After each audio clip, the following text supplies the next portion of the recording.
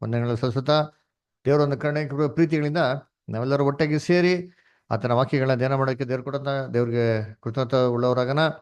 ಕರ್ತನಲ್ಲಿ ಪ್ರೀತಿ ಅಂತ ಸೋದರಗಳೇ, ನಿಮ್ಗೆಲ್ಲರಿಗೂ ಹೋದ ವಾರ ಹೇಳಿದಂಥ ರೀತಿಯಲ್ಲಿ ಇದು ಫ್ರೀ ಬೈಬಲ್ ಸ್ಟಡಿ ಆಗಿರ್ತಾರೆ, ಕನ್ನಡದಲ್ಲಿ ಇರ್ತದೆ.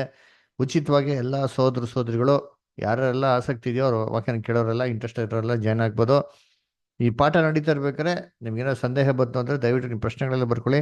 ಈ ಪಾಠದ ಅಂತ್ಯದಲ್ಲಿ ನೀವೆಲ್ಲ ಪ್ರಶ್ನೆಗಳನ್ನ ಕೇಳ್ಬೋದು, ನಿಮ್ಗೆಲ್ಲರಿಗೂ ಅವಕಾಶಗಳಿರ್ತದೆ. ಆಯ್ತಾ? ಪಾಠ ಹೋಗ್ತಾ ಇರ್ಬೇಕಾದ್ರೆ ಯಾರು ಸೆಂಟ್ರಲ್ಲಿ ಏನು ಪ್ರಶ್ನೆಗಳನ್ನ ಕೇಳಕ್ಕೆ ಹೋಗ್ಬೇಡಿ. ಅದೇ ರೀತಿ ಬೈಬಲ್ನ ಓದೋಂಥ ಸಹೋದರಿ ಸಹೋದರಿಗಳು ಯಾರಿದ್ರು ಸರಿ, ನೀವು ಅನ್ಮ್ಯೂಟ್ ಮಾಡಿ ನೀವು ಬೈಬಲ್ನ ಓದಿದ ನಂತರ ತಿರ್ಗಾ ಮ್ಯೂಟ್ ಮಾಡಬೇಕು ಅಂತ ಕೇಳ್ಕೊತೀನಿ, ಓಕೆನಾ? ಸೊ ಕರ್ತನಲ್ಲಿ ಪ್ರೀತಿ ಅಂತ ಸಹೋದರಗಳೇ, ನಿಮ್ಗೆಲ್ಲರಿಗೂ ಹೇಳಿದಂತೆ ನಾವು ಕಳೆದ ವಾರ ನೋಡಿರೋಂಥ ಒಂದು ಪಾಠ, ಒಂದು ಮುಖ್ಯವಾಗಿರೋಂಥ ಒಂದು ಪಾಠ ಯಾವುದಪ್ಪ ಅಂದರೆ ಸತ್ಯವೇದನ ಹೇಗೆ ಓದೋದು. ಈ ಸತ್ಯವೇದನ ಹೇಗೆ ಓದೋದು ಅಂತಬಿಟ್ಟು ಅರ್ಥ ಮಾಡ್ಕೊಳ್ಬೇಕಾದ್ರೆ ಇದನ್ನ ಅರ್ಥ ಮಾಡ್ಕೊಳಕ್ಕೆ ಅಂತಂದ್ಬಿಟ್ಟು ಒಂದು 3 ಬಿಗಿದ ಕೈಗಳ ಬಗ್ಗೆ ನಾವೇನ್ ಮಾಡಿದ್ರಿ ನೋಡಿದ್ರಿ. ಅದರ ಮೊದಲನೇದು ಏನಪ್ಪ ಅಂದ್ರೆ ಏನ್ರಿ, ಯೆಹೋವನ ಶಾಸ್ತ್ರದಲ್ಲಿ ಹುಡುಕಿ ಓದಿರಿ ಅಂತ ಹೇಳ್ತಾರೆ. ಎರಡನೇದು ಇಲ್ಲಿ ಸ್ವಲ್ಪ ಅಲ್ಲಿ ಸ್ವಲ್ಪ ಅಂತ ಹೇಳ್ತಾರೆ. ಮೂರನೇದು ಏನಪ್ಪಾ ಅಂದ್ರೆ ಸರಿಯಾಗಿ ವಿಭಾಗಿಸಿ ಮಾಡ್ಬೇಕು, ಓದ್ಬೇಕು ಅಂತ ಹೇಳ್ತಾರೆ.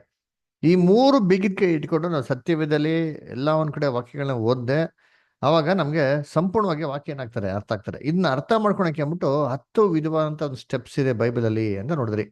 ಅದರ ಯಾರಪ್ಪ ಡೈರೆಕ್ಟ್ ಲ್ಯಾಂಗ್ವೇಜು, ಅದರ symbolic language, parabolic language, type and anti type, ಕನಸು ಮತ್ತೆ ದರ್ಶನಗಳು, ಆಮೇಲೆ ಡಿಸ್ಪೆನ್ಸೇಷನಲ್ ಟ್ರೂತ್ ಅಂತ, ಅದರ ಆಮೇಲೆ ಪ್ರೊಫೆಟಿಕ್ ಮೆಥಡ್, ಕಾಂಟೆಕ್ಸ್ಟಲ್ ಮೆಥಡ್, ಆಮೇಲೆ ಕ್ರಾಲಜಿಕಲ್ ಮೆಥಡ್, ಆಮೇಲೆ ಮುಖ್ಯವಾಗಿ ಟಾಪಿಕಲ್ ಮೆಥಡ್ ಅಲ್ವರ. ಸೊ ಈ ಒಂದು ಟಾಪಿಕಲ್ ಮೆಥಡ್ನೇ ನಾವು ಅಧಿಕವಾಗಿ ನಾವು ಇವತ್ತು ಓದಕ್ಕೆ ಹೋಗೋದು ಅಲ್ವರ. ಸೊ ಈ ಒಂದು ಟಾಪಿಕಲ್ ಮೆಥಡ್ ಅಲ್ಲಿ ಇವತ್ತು ನಾವು ಮುಖ್ಯವಾಗಿರೋಂಥ ಒಂದು ಮೊದಲನೇ ಪಾಠ ನಾವೇನ್ ಮಾಡೋಣ ನೋಡೋಣ. ಯಾರ ಬಗ್ಗೆ ನೋಡೋಣ ಅಂದ್ರೆ ಇನ್ಯಾರಿದ್ದಾರೆ, ನಮ್ಮ ಗುರುಗಳು ಅದರ ಯಾರಪ್ಪ ಅಂದ್ರೆ ನಮ್ಮ ರಕ್ಷಕನ ನಮ್ಮ ಒಡೆಯನಾಗಿರೋಂಥ ಯೇಸು ಕ್ರಿಸ್ತನ ಬಗ್ಗೆ. ಅದರ ನೋಡ್ರಿ, ನಮ್ಮ ರಕ್ಷಕನಂತ ಯೇಸು ಕ್ರಿಸ್ತನು ನಮಗಾಗಿ ಶಿವ ಮೇಲೆ ಪ್ರಾಣ ಕೊಟ್ಟರು ಅಂತ ನಮ್ಮೆಲ್ಲರಿಗೂ ಏನಾಗಿದೆ, ನಂಬಿಕೆ ಇದೆ. ಆತನ ರಕ್ತದಿಂದ ನಮ್ಮ ಪಾಪ ಎಲ್ಲ ಕ್ಷಮಿಸಲ್ಪಟ್ಟಿದೆ. ಅಂದ್ರೆ ನಮ್ಗೆ ಏನಾಗಿದೆ ಅಂದ್ರೆ ಒಂದು ರಕ್ಷಣೆ ಸಿಕ್ಕಿದೆ ಅಂತ ನಮ್ಗೆ ಎಲ್ಲರಿಗೂ ಚೆನ್ನಾಗಿ ಏನಾಗಿದೆ ಗೊತ್ತಿದೆ ಅಲ್ವರ. ಅದರಿಂದ ನಾವೆಲ್ಲರೂ ಯೇಸು ಕ್ರಿಸ್ತನ ಸ್ವಂತ ರಕ್ಷಕ ಅಂತ ಅಂಗೀಕಾರ ಮಾಡಿದರೆ ನಮ್ಮನ್ನ ಮರಣದಿಂದ ಅವರು ವಿಮೋಚಿಸಿದ್ರು.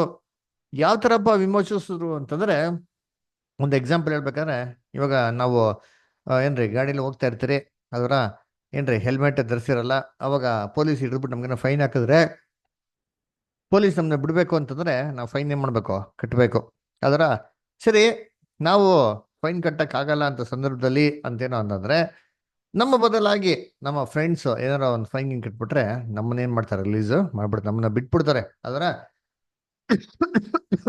ಸೊ ಇದೇ ಪ್ರಕಾರ ಯೇಸು ಕ್ರಿಸ್ತು ಏನಪ್ಪ ಮಾಡಿದ್ರು ಅಂತ ನೋಡ್ತೀರಿ ಅಂತಂದ್ರೆ, ನಮ್ಮ ಎಲ್ಲಾರ ಮೇಲಿರೋಂಥ ಒಂದು ಮರಣ ದಂಡನೆನ ತನ್ನ ಮೇಲೆ ಹೊತ್ಕೊಂಡು ಏನ್ ಮಾಡೋದ್ರೆ ನಮ್ಮನ್ನೆಲ್ಲ ವಿಮೋಚಿಸಿದ್ರು ಅಂತ ನೋಡ್ತೀರಿ. ಅದರ ಇವತ್ತೇನ್ ಮಾಡೋಣ ಅಂದ್ರೆ ಈ ಒಂದು ವಿಮೋಚನೆ ನಮ್ಮ ರಕ್ಷಕನು ಹೇಗ್ ಮಾಡಿದ್ರು, ಇಡೀ ಜಗತ್ತಲ್ಲಂತ ಎಲ್ಲಾ ಮನುಕುಲನ ತನ್ನ ಒಂದು ಪ್ರಾಣನ ದಾರೆ ಎರೆದ್ರ ಮುಖಾಂತರ ಹೇಗೆ ರಕ್ಷಿಸಿದ್ರು. ನಮ್ಗೆ ಗೊತ್ತು ರಕ್ಷಿಸಿದ್ರು ಅಂತ, ಅದು ಹೇಗೆ ಅಂತ ನಾವು ತಿಳ್ಕೊಂಡು ತುಂಬಾ ಇಂಪಾರ್ಟೆಂಟ್ ರೀ. ಯಾಕಂದ್ರೆ ಯೋಚನೆ ಮಾಡಿರ್ತೀನಿ, ಯೇಸು ಕ್ರಿಸ್ತು ಶಿಲುಬೆ ಮೇಲೆ ಸತ್ತಿದ್ದು ಎಷ್ಟು 1000 ವರ್ಷಗಳ ಮುಂಚೆ ಅಂತ ನೋಡ್ತೀವಿ ಅಂತಂದ್ರೆ ಸುಮಾರು 2000 ವರ್ಷಗಳ ಮುಂಚೆ ರೀ. ಸರಿ, 2000 ವರ್ಷಗಳ ಮುಂಚೆ ನಾವು ಬದುಕಿದ್ರಾ ಅಂತ ನೋಡಿದ್ರೆ ನಾವು ಹುಟ್ಟೇ ಇರಲ್ಲ ರೀ, ನಮ್ದು ಸುಳಿವೇ ಇಲ್ಲ. ಆಗಿರ್ಬೇಕಾದ್ರೆ ನಾವು ಹುಟ್ಟೋದಕ್ಕಿಂತ ಮುಂಚೆನೆ ಒಬ್ಬ ಮನುಷ್ಯ ನಮಗಾಗಿ ಹೇಗೆ ಸಾಯೋದಿಕ್ಕೆ ಸಾಧ್ಯ ಅಲ್ವರ? ಸ್ವಲ್ಪ ಯೋಚನೆ ಮಾಡ್ಬೇಕಲ್ವರ. ಮತ್ತೆ ಅವರು ಬರೋಣ ನಮ್ಮನ್ನ ಹೇಗೆ ಕಾಪಾಡ್ತಾರೆ, ಹೇಗೆ ವಿಮೋಚಿಸ್ತದೆ ಅಂತ ತಿಳ್ಕೊಳ್ಳೋದು ತುಂಬಾ ಇಂಪಾರ್ಟೆಂಟ್ ರೀ. ಆಮೇಲೆ ನೋಡ್ರಿ ಅಂತೀನಿ, ಯೇಸು ಕ್ರಿಸ್ತು ಎಲ್ಲಪ್ಪ ಸತ್ರು, ಎಲ್ಲಪ್ಪ ಪ್ರಾಣ ಕೊಟ್ರು ಅಂದ್ರೆ ಅವ್ರೇನಾರ ಭಾರತ ದೇಶದಲ್ಲಿ ಪ್ರಾಣ ಕೊಟ್ರ? ಇಲ್ಲ ರೀ. ಎಲ್ಲಿ ಕೊಟ್ಟಿದ್ದು ಅಂದ್ರೆ ಗೊಲ್ಗೊತ್ತಾ ಒಂದು ಪರ್ವತದ ಮೇಲೆ, ಇಸ್ರೇಲ್ ಅಲ್ಲಿ, ಅದರ ಏನ್ರಿ ಯೆರೂಸಲೇಮಲ್ಲಿ, ಅಲ್ಲಿ ಅವರು ಪ್ರಾಣ ಕೊಟ್ರು. ಅಲ್ಲಿ ಎಲ್ಲೋ ಒಂದ್ ಕಡೆ ಏನ್ರಿ ನಮಗ್ ಗೊತ್ತಿಲ್ದಿರೋ ಸ್ಥಳದಲ್ಲಿ, ಏನ್ರಿ ನಾವು ಹುಟ್ಟೇ ಇಲ್ದಿರಂತ ಒಂದು ಸಮಯದಲ್ಲಿ ಯೇಸು ಕ್ರಿಸ್ತು ನಮಗಾಗಿ ಪ್ರಾಣ ಸುರಿಸಿರೋದ್ರಲ್ಲಿ ನಮಗೆ ಹೇಗೆ ರಕ್ಷಣೆ ಬರಕ್ ಸಾಧ್ಯ? ಇವರು ನಮ್ಮ ಒಂದು ರಕ್ಷಕನು ಹೇಗೆ ಆಗೋದಿಕ್ಕೆ ಸಾಧ್ಯ? ಅದರ ನಮಗೂ ಅವ್ರಿಗೂ ಸಂಬಂಧ ಇಲ್ಲ. ಅದರ ಅವರು ಯಹೂದದವರು, ನಾವು ಅನ್ಯ ಜನಾಂಗದವರು. ಅಲ್ವರ ನಮ್ಮನ್ನ ಹೆಂಗೆ ಕಾಪಾಡಿದ್ರು? ಅದರ ನಾವೇನೋ ಅವ್ರ ವಂಶದಲ್ಲಿ ಹುಟ್ಟಿದ್ರ? ಇಲ್ಲ ರೀ. ನಾವೇನೋ ಅಬ್ರಾಮ್ ವಂಶದವ್ರ? ಇಲ್ಲ ರೀ.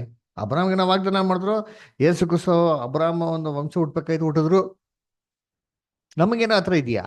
ನಮ್ಗೆ ಆ ಥರ ಯಾವುದೂ ಇಲ್ವಲ್ಲ. ಮತ್ತೆ ಹಂಗಿರ್ಬೇಕಾದ್ರೆ ಯೇಸು ಕ್ರಿಸ್ತು ನಮಗಾಗಿ ಹೇಗೆ ಪ್ರಾಣ ಕೊಟ್ರು ನೋಡಿ. ನಮಗೆ ಸಂಬಂಧಿಕರಿಲ್ಲ, ಆಮೇಲೆ ಏನ್ರಿ ನಮ್ಮ ಊರಲ್ಲಿ ಕೂಡ ಪ್ರಾಣ ಕೊಟ್ಟಿಲ್ಲ. ಸರಿ, ನಾ ಇರ್ಬೇಕಾದ್ರೆ ಪ್ರಾಣ ಕೊಟ್ರನ್ನ ಇಲ್ಲ ರೀ, ನಾವು ಹುಟ್ಟೇ ಇರ್ಲ ರೀ. ಆಗಿರ್ಬೇಕಾರೆ ಇದು ಹೇಗೆ ಸಾಧ್ಯ? ಒಬ್ಬ ಮನುಷ್ಯ, ಲೋಕದಂತ ಪ್ರತಿಯೊಬ್ಬ ಮನುಷ್ಯನು ತಾವೆಲ್ಲ ಹುಟ್ಟೋದಕ್ಕಿಂತ ಮುಂಚೆನೆ ಪ್ರಾಣ ಕೊಟ್ಟು ಹೇಗೆ ವಿಮೋಚಿಸಕ್ಕೆ ಸಾಧ್ಯ? ಅದರ ಯೇಸು ಕ್ರಿಸ್ತು ಹೇಗೆ ಲೋಕರಕ್ಷಕ ಅಂತ ಇವತ್ತೇನ್ ಮಾಡೋಣ, ನಾವು ಬೈಬಲ್ ಓದೋಣ ಅಲ್ವರ. ಹೌದು, ಯೇಸು ಕ್ರಿಸ್ತು ಲೋಕರಕ್ಷಕನೇ, ಅದ್ರಲ್ಲಿ ಏನೋ ಸಂದೇಹನ ಇಲ್ಲ ಅಲ್ವರ. ಯಾಕಂದ್ರೆ ಸತ್ಯವೇದ ಏನ್ ಹೇಳ್ತಾರೆ ಅಂದ್ರೆ ಏನ್ರಿ, ಆಕಾಶದ ಕೆಳಗಡೆ ಯೇಸು ಕ್ರಿಸ್ತು ನಾಮ ಬಿಟ್ರೆ ಬೇರೆ ಯಾವ ನಾಮನೂ ಇಲ್ಲ ರಕ್ಷಣೆ ಹೊಂದಕ್ಕೆ ಅಂತ ಹೇಳ್ತಾರೆ. ವಾಕ್ಯ ಓದೋಣ. ಅಪೊಸ್ತಲ ಕೃತ್ಯಗಳು 4:12. ಅಪೊಸ್ತಲ ಕೃತ್ಯಗಳು 4ನೇ ಅಧ್ಯಾಯ 12ನೇ ವಾಕ್ಯ ಓದ್ರಿ ದಯವಿಟ್ಟು. ಯಾರಾದ್ರೂ ಸೋದರ ಸೋದರಿಗಳು ಯಾರು ಬೈಬಲ್ ತೆಗಿತಾರ ಧಾರಾಳವಾಗಿ ಓದ್ಬೋದು ಕನ್ನಡದಲ್ಲಿ, ಪ್ಲೀಸ್. 4:12 ಅಲ್ಲ ಪಾಸ್ಟರ್? ಹೌದು ಬ್ರದರ್. ಓಕೆ. ಬರಬೇಕಾದ ರಕ್ಷಣೆಯು ಇನ್ನಾರಲ್ಲಿಯೂ ಸಿಕ್ಕುವುದಿಲ್ಲ.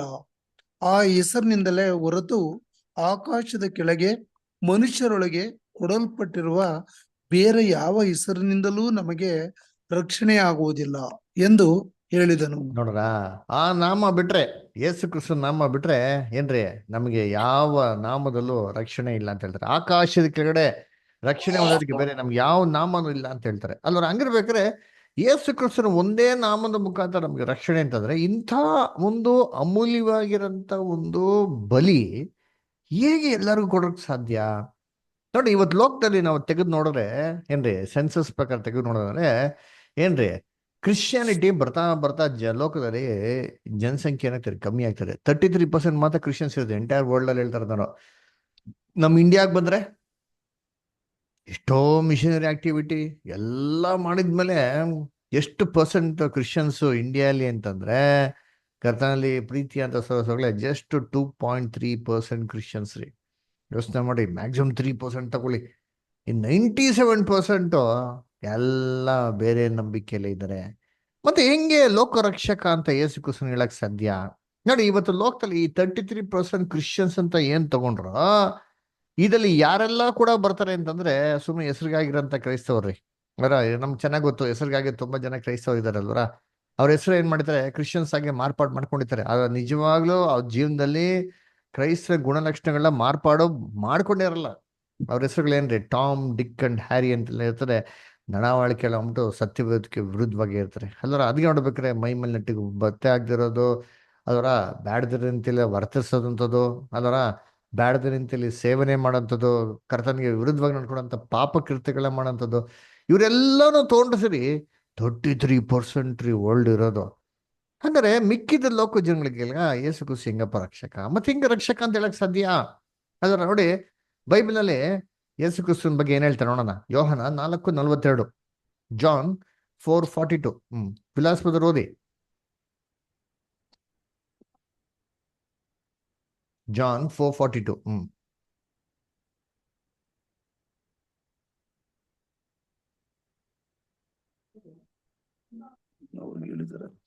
ಯೋಹನ 4:42.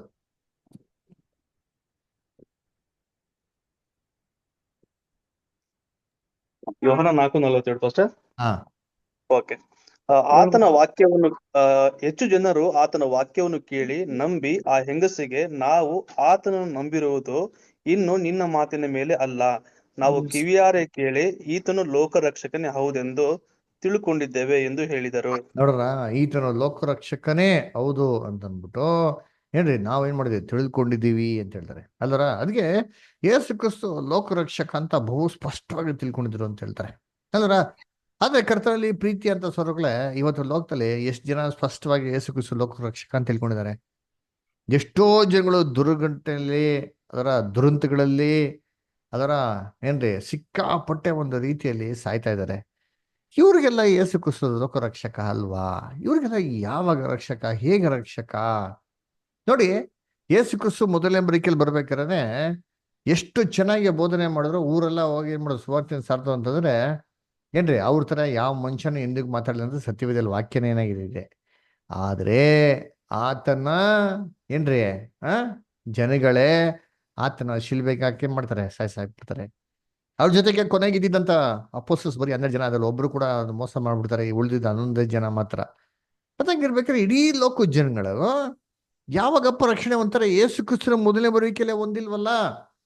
ಅದಕ್ಕೆ ಸಾಮಾನ್ಯವಾಗಿ ಎಲ್ಲರೂ ಹೇಳಂಥದ್ದು ಏನು ಅಂತಂದ್ರೆ, ಯೇಸು ಕ್ರಿಸ್ತನ 2ನೇ ಬರುವಿಕೆಗಿಂತ ಮುಂಚೆ ಇಡೀ ಲೋಕ ಕನ್ವರ್ಟ್ ಆಗ್ಬಿಡ್ತಾರೆ ಅಂತ. ಯಾಕಂದ್ರೆ ಸತ್ಯವೇದ ಹಂಗೆ ಹೇಳ್ತದ? ಯೇಸು ಕ್ರಿಸ್ತನ 2ನೇ ಬರುವಿಕೆಗಿಂತ ಮುಂಚೆ ಇಡೀ ಲೋಕ ಆತನ ರಕ್ಷಕನಾಗಿ ಅಂಗೀಕಾರ ಮಾಡ್ತದಾ ಅಂತ ಒಂದು ಪ್ರಶ್ನೆ ಹಾಕ್ಬಿಟ್ಟು ಸತ್ಯವೇದ ಉತ್ತರ ಹುಡುಕಿದ್ರೆ, ಸತ್ಯವೇದ ಏನ್ ಹೇಳ್ತಾರೆ ನೋಡೋಣ ಅಂತೀನಿ. ಲೂಕ 17ನೇ ಅಧ್ಯಾಯ 26ರಿಂದ 27. ಓದಿ ಬ್ರದರ್ ಸಿಸ್ಟರ್ಸ್ ಯಾರಾದ್ರು. ನೋಹನ ದಿವಸಗಳಲ್ಲಿ ನಡೆದ ಹಾಗೆಯೇ ಮನುಷ್ಯಕುಮಾರನ ದಿವಸಗಳಲ್ಲಿ ನಡೆಯುವುದು. ನೋಹವನು ನಾವೆಯಲ್ಲಿ ಸೇರಿದ ದಿನದ ತನಕ ಜನರು ಊಟ ಮಾಡುತ್ತಿದ್ದರು, ಕುಡಿಯುತ್ತಿದ್ದರು, ಮದುವೆ ಮಾಡಿಕೊಳ್ಳುತ್ತಿದ್ದರು. ಆಗ ಜಲಪ್ರಳಯವು ಬಂದು ಎಲ್ಲರೂ ನಾಶ ಮಾಡಿತು. ನೋಡ್ರ ಹೆಂಗಿದ್ರಂತೆ? ನೋವನ ಕಾಲದಲ್ಲಿ ಯಾವ ರೀತಿಯೋ ಅದೇ ತರ ಮನುಷ್ಯ ಕುಮಾರನ ದಿವಸಗಳು ಇರ್ತಾರೆ ಅಂತ ಹೇಳ್ತಾರೆ. ನೋವನ ಕಾಲದಲ್ಲಿ ಜನಗಳೆಲ್ಲ ಒಳ್ಳೆಯವರಾಗಿದ್ರ? ಕೆಟ್ಟವರು, ಪಾಪಿಗಳು. ಅದರಿಂದಾನೇ ಏನ್ ಮಾಡಿದ್ದು? ಆ ಒಂದು ದುಷ್ಟ ಲೋಕನ ನಾಶ ಮಾಡಿದ್ದು ಅಲ್ವರ. ಹಂಗಿರ್ಬೇಕಾರೆ ಅವ್ರ ಜನಗಳು ಯಾರು ಒಳ್ಳೆಯವರಾಗಿರ್ಲ ರೀ ಅಲ್ವರ. ಹಂಗಿರ್ಬೇಕಾರೆ ಯೇಸು ಕ್ರಿಸ್ತನ 2ನೇ ಬರುವಿಕೆಗಿಂತ ಮುಂಚೆ ಲೋಕ ಕನ್ವರ್ಟ್ ಆಗ್ತದ? ಈ ವಾಕ್ಯ ಬಹು ಸ್ಪಷ್ಟವಾಗಿ ಹೆಂಗ್ ಹೇಳ್ತಾನೆ, ನೋವನ್ ಕಾಲದಲ್ಲಿ ಯಾವ ರೀತಿ ಕೆಟ್ಟ ಜನಗಳಿದ್ರು ಏನ್ರಿ, ಮನುಷ್ಯ ಕುಮಾರನ 2ನೇ ಬರುವಿಕೆ ಸಮಯದಲ್ಲಿ ಲೋಕದಲ್ಲಿ ಬರೀ ಕೆಟ್ಟ ಜನಗಳಿರ್ತಾರೆ ಅಂತ. ಅದಕ್ಕೆ ಲೂಕ 18:8 ಯೇಸು ಕ್ರಿಸ್ತ ಹೇಳ್ತಾರೆ, ಮನುಷ್ಯ ಕುಮಾರನು ತಿರುಗಿ ಬರ್ಬೇಕಾದ್ರೆ ಲೋಕದಲ್ಲಿ ನಂಬಿಕೆನ ಕಾಣುವನು ಅಂತ ಹೇಳ್ತಾರೆ. ಕಾಣೋದಿಲ್ಲ ಅಂತ ಅರ್ತಾರೆ, ಕಾಣಕ್ಕೆ ಚಾನ್ಸ್ ಇಲ್ಲ ರೀ. ನಂಬಿಕೆ ಇಲ್ಲದಂತ ಸನ್ನಿವೇಶ ಲೋಕದಲ್ಲಿ ಹೇಗೆ ಇರ್ತಾರೆ ಅಂತ ಅರ್ಥ. ಮತ್ತೆ ಯೇಸು ಕ್ರಿಸ್ತ ನಾವು ಹಿಂಗೆ ಲೋಕ ರಕ್ಷಕ ಅಂತ ಹೇಳಕ್ಕೆ ಸಾಧ್ಯ ಅಲ್ರ? ಅದನ್ನ ಕರ್ತನಲ್ಲಿ ಪ್ರೀತಿ ಅಂತ ಸೋದರಗಳೇ ಏನ್ರಿ, ಇದು ಇವತ್ತಿನ ಸ್ಥಿತಿಗತಿ ರೀ. ಏನ್ರಿ, ಸುಮಾರು 2026 ವರ್ಷಗಳ ನಂತರ ಇವತ್ತು ಲೋಕದಲ್ಲಿರುವಂತ ಕ್ರೈಸ್ತವರ ಸಂಖ್ಯೆ ತಗೊಂಡು ಬರೀ 34% ರೀ. ಯೇಸು ಕ್ರಿಸ್ತು ಬರೋಕ್ಕಿಂತ ಮುಂಚೆ ಎಷ್ಟೋ ಸಾವಿರಾರು ವರ್ಷ ಎಷ್ಟೋ ಜನಗಳಿದೆಲ್ಲ, ಅವ್ರ ಗತಿ ಏನು? ಹಾಗಾದ್ರೆ ಅವ್ರಿಗೆಲ್ಲ ರಕ್ಷಣೆ ಇಲ್ವಾ ಅಲ್ವರ? ಕರ್ತನಲ್ಲಿ ಪ್ರೀತಿ ಅಂತ ಸೊಗಳೆ ಅದು ಮಾತ್ರ ಅಲ್ಲ, ಎಷ್ಟೋ ಜನ ಅಮಾಯಕರು ಅಲ್ವರ, ಏನ್ರಿ, ಅಂಗವಿಕಲರು ಅದರ ಬುದ್ಧಿಮಾನ್ರ ಏನ್ ಮಾಡ್ತಾರೆ ಅಲ್ಲಿ ಎಷ್ಟೋ ಜನ ಲೋಕದಲ್ಲಿ ಇದಾರೆ ಅಲ್ವರ. ಇವ್ರಿಗೆ ಜ್ಞಾನ ಇಲ್ಲ, ಬುದ್ಧಿ ಇಲ್ಲ, ತಿಳುವಳಿಕೆ ಇಲ್ಲ, ಒಳ್ಳೇದು ಕೆಟ್ಟದ್ದು ಯಾವ್ದು ಅಂತ ಒಂದು ಭೇದ ಭಾವ ಇಲ್ಲ, ಅದು ಗೊತ್ತೇ ಇಲ್ಲ ರೀ. ಹಾಗಿರ್ಬೇಕಾರೆ ಈ ಜನಗಳಿಗೆ ಯೇಸು ಕ್ರಿಸ್ತು ಹೇಗೆ ರಕ್ಷಕ? ಈ ಜನಗಳು ಹೆಂಗೆ ರಕ್ಷಣೆ ಹೊಂದ್ತಾರೆ? ಅದರ ಎಷ್ಟೋ ಜನ ಪುಟ್ಪುಟಾಣಿ ಮಕ್ಕಳು ಹುಟ್ಟಿದ ತಕ್ಷಣ ಆಗ್ಬಿಡ್ತಾರೆ, ಸತ್ತೋಗ್ಬಿಡ್ತಾರೆ ಅದರ. ಹುಟ್ಟಿದ ತಕ್ಷಣ ಸತ್ತೋಗ್ಬಿಡ್ತಾರೆ, ಸ್ವಲ್ಪ ದಿನ ಇದು ಸತ್ತೋಗ್ಬಿಡ್ತಾರೆ. ಹಂಗಾರೆ ಇವ್ರಿಗೆ ಯೇಸು ಕ್ರಿಸ್ತು ಲೋಕ ರಕ್ಷಕ ಅಲ್ವಾ? ಈ ಪುಟ್ಪುಟಾಣಿ ಮಕ್ಕಳುಗಳಿಗೆ ಹುಟ್ಟಿ ಸತ್ತೋಗ್ಬಿಟ್ರಲ್ಲ, ಇವ್ರಿಗೆಲ್ಲ ಕ್ರಿಸ್ತನ ರಕ್ಷಕನಲ್ವಾ? ಹಂಗಾರೆ ಇವ್ರಿಗೆ ಯಾವಾಗ ರಕ್ಷಕ? ದೇವರು ಹಂಗಾರೆ ಏನಪ್ಪ ಮಾಡಿದರೆ ಪ್ಲಾನು? ದೇವರು ಬೈಬಲ್ ಏನಂತ ನೋಡ್ತೀರಿ ಅಂತಂದ್ರೆ, ಯೋಹನ 3:16 ದೇವ್ರು ಲೋಕವನ್ನು ಎಷ್ಟೋ ಪ್ರೀತಿ ಮಾಡಿ ತನ್ನ ಒಬ್ಬನೇ ಮಗನನ್ನು ಕೊಟ್ಟವನು. ಏನ್ರಿ, ಯಾಕೆ? ಆತನ ನಂಬುವವನು ಒಬ್ಬನು ಕೂಡ ಏನಾಗ್ಬಿಡ್ದು, ನಾಶ ಆಗ್ಬಿಡ್ದು, ಎಲ್ಲರೂ ನಿತ್ಯ ಜೀವ ಪಡೆದುಕೊಳ್ಬೇಕಂತ ಅಂದ್ಬಿಟ್ಟೆ ಮಗನ್ನ ಕೊಟ್ಟಿದ್ದಂತ ನೋಡ್ತೀರಿ. ಹಂಗಾರೆ ಯೇಸು ಕ್ರಿಸ್ತನ ಕಳ್ಸಿರೋದೇ ನಿತ್ಯ ಜೀವ ಪಡ್ಕೊಬೇಕು ಅಂತಂದ್ರೆ, ಇನ್ನ ಲೋಕ ಯಾಕೆ ರಕ್ಷಣೆ ಹೊಂದಿಲ್ಲ ಅಲ್ವರ? ಕರ್ತನಲ್ಲಿ ಪ್ರೀತಿ ಅನ್ಸಗಳೇ ಈ ಸತ್ಯ ನಾವೇನ್ ಮಾಡೋಣ ಇವತ್ತು ಓದೋಣ. ಹೇಗೆ ಯೇಸು ಕ್ರಿಸ್ತು ಲೋಕ ರಕ್ಷಕ, ಯಾಕಿನ್ನ ಲೋಕ ರಕ್ಷಣೆ ಹೊಂದಿಲ್ಲ, ಏನ್ ಕಾರಣ ಅಂತ ನೋಡೋಣ.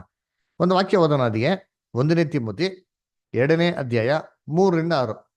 ಯಾರೋ ಸೋದರಿಗಳು ಓದ್ರಿ ದಯವಿಟ್ಟು. ಯಾರಾದ್ರು ಬೈಬಲ್ ತೆಗ್ದವರು?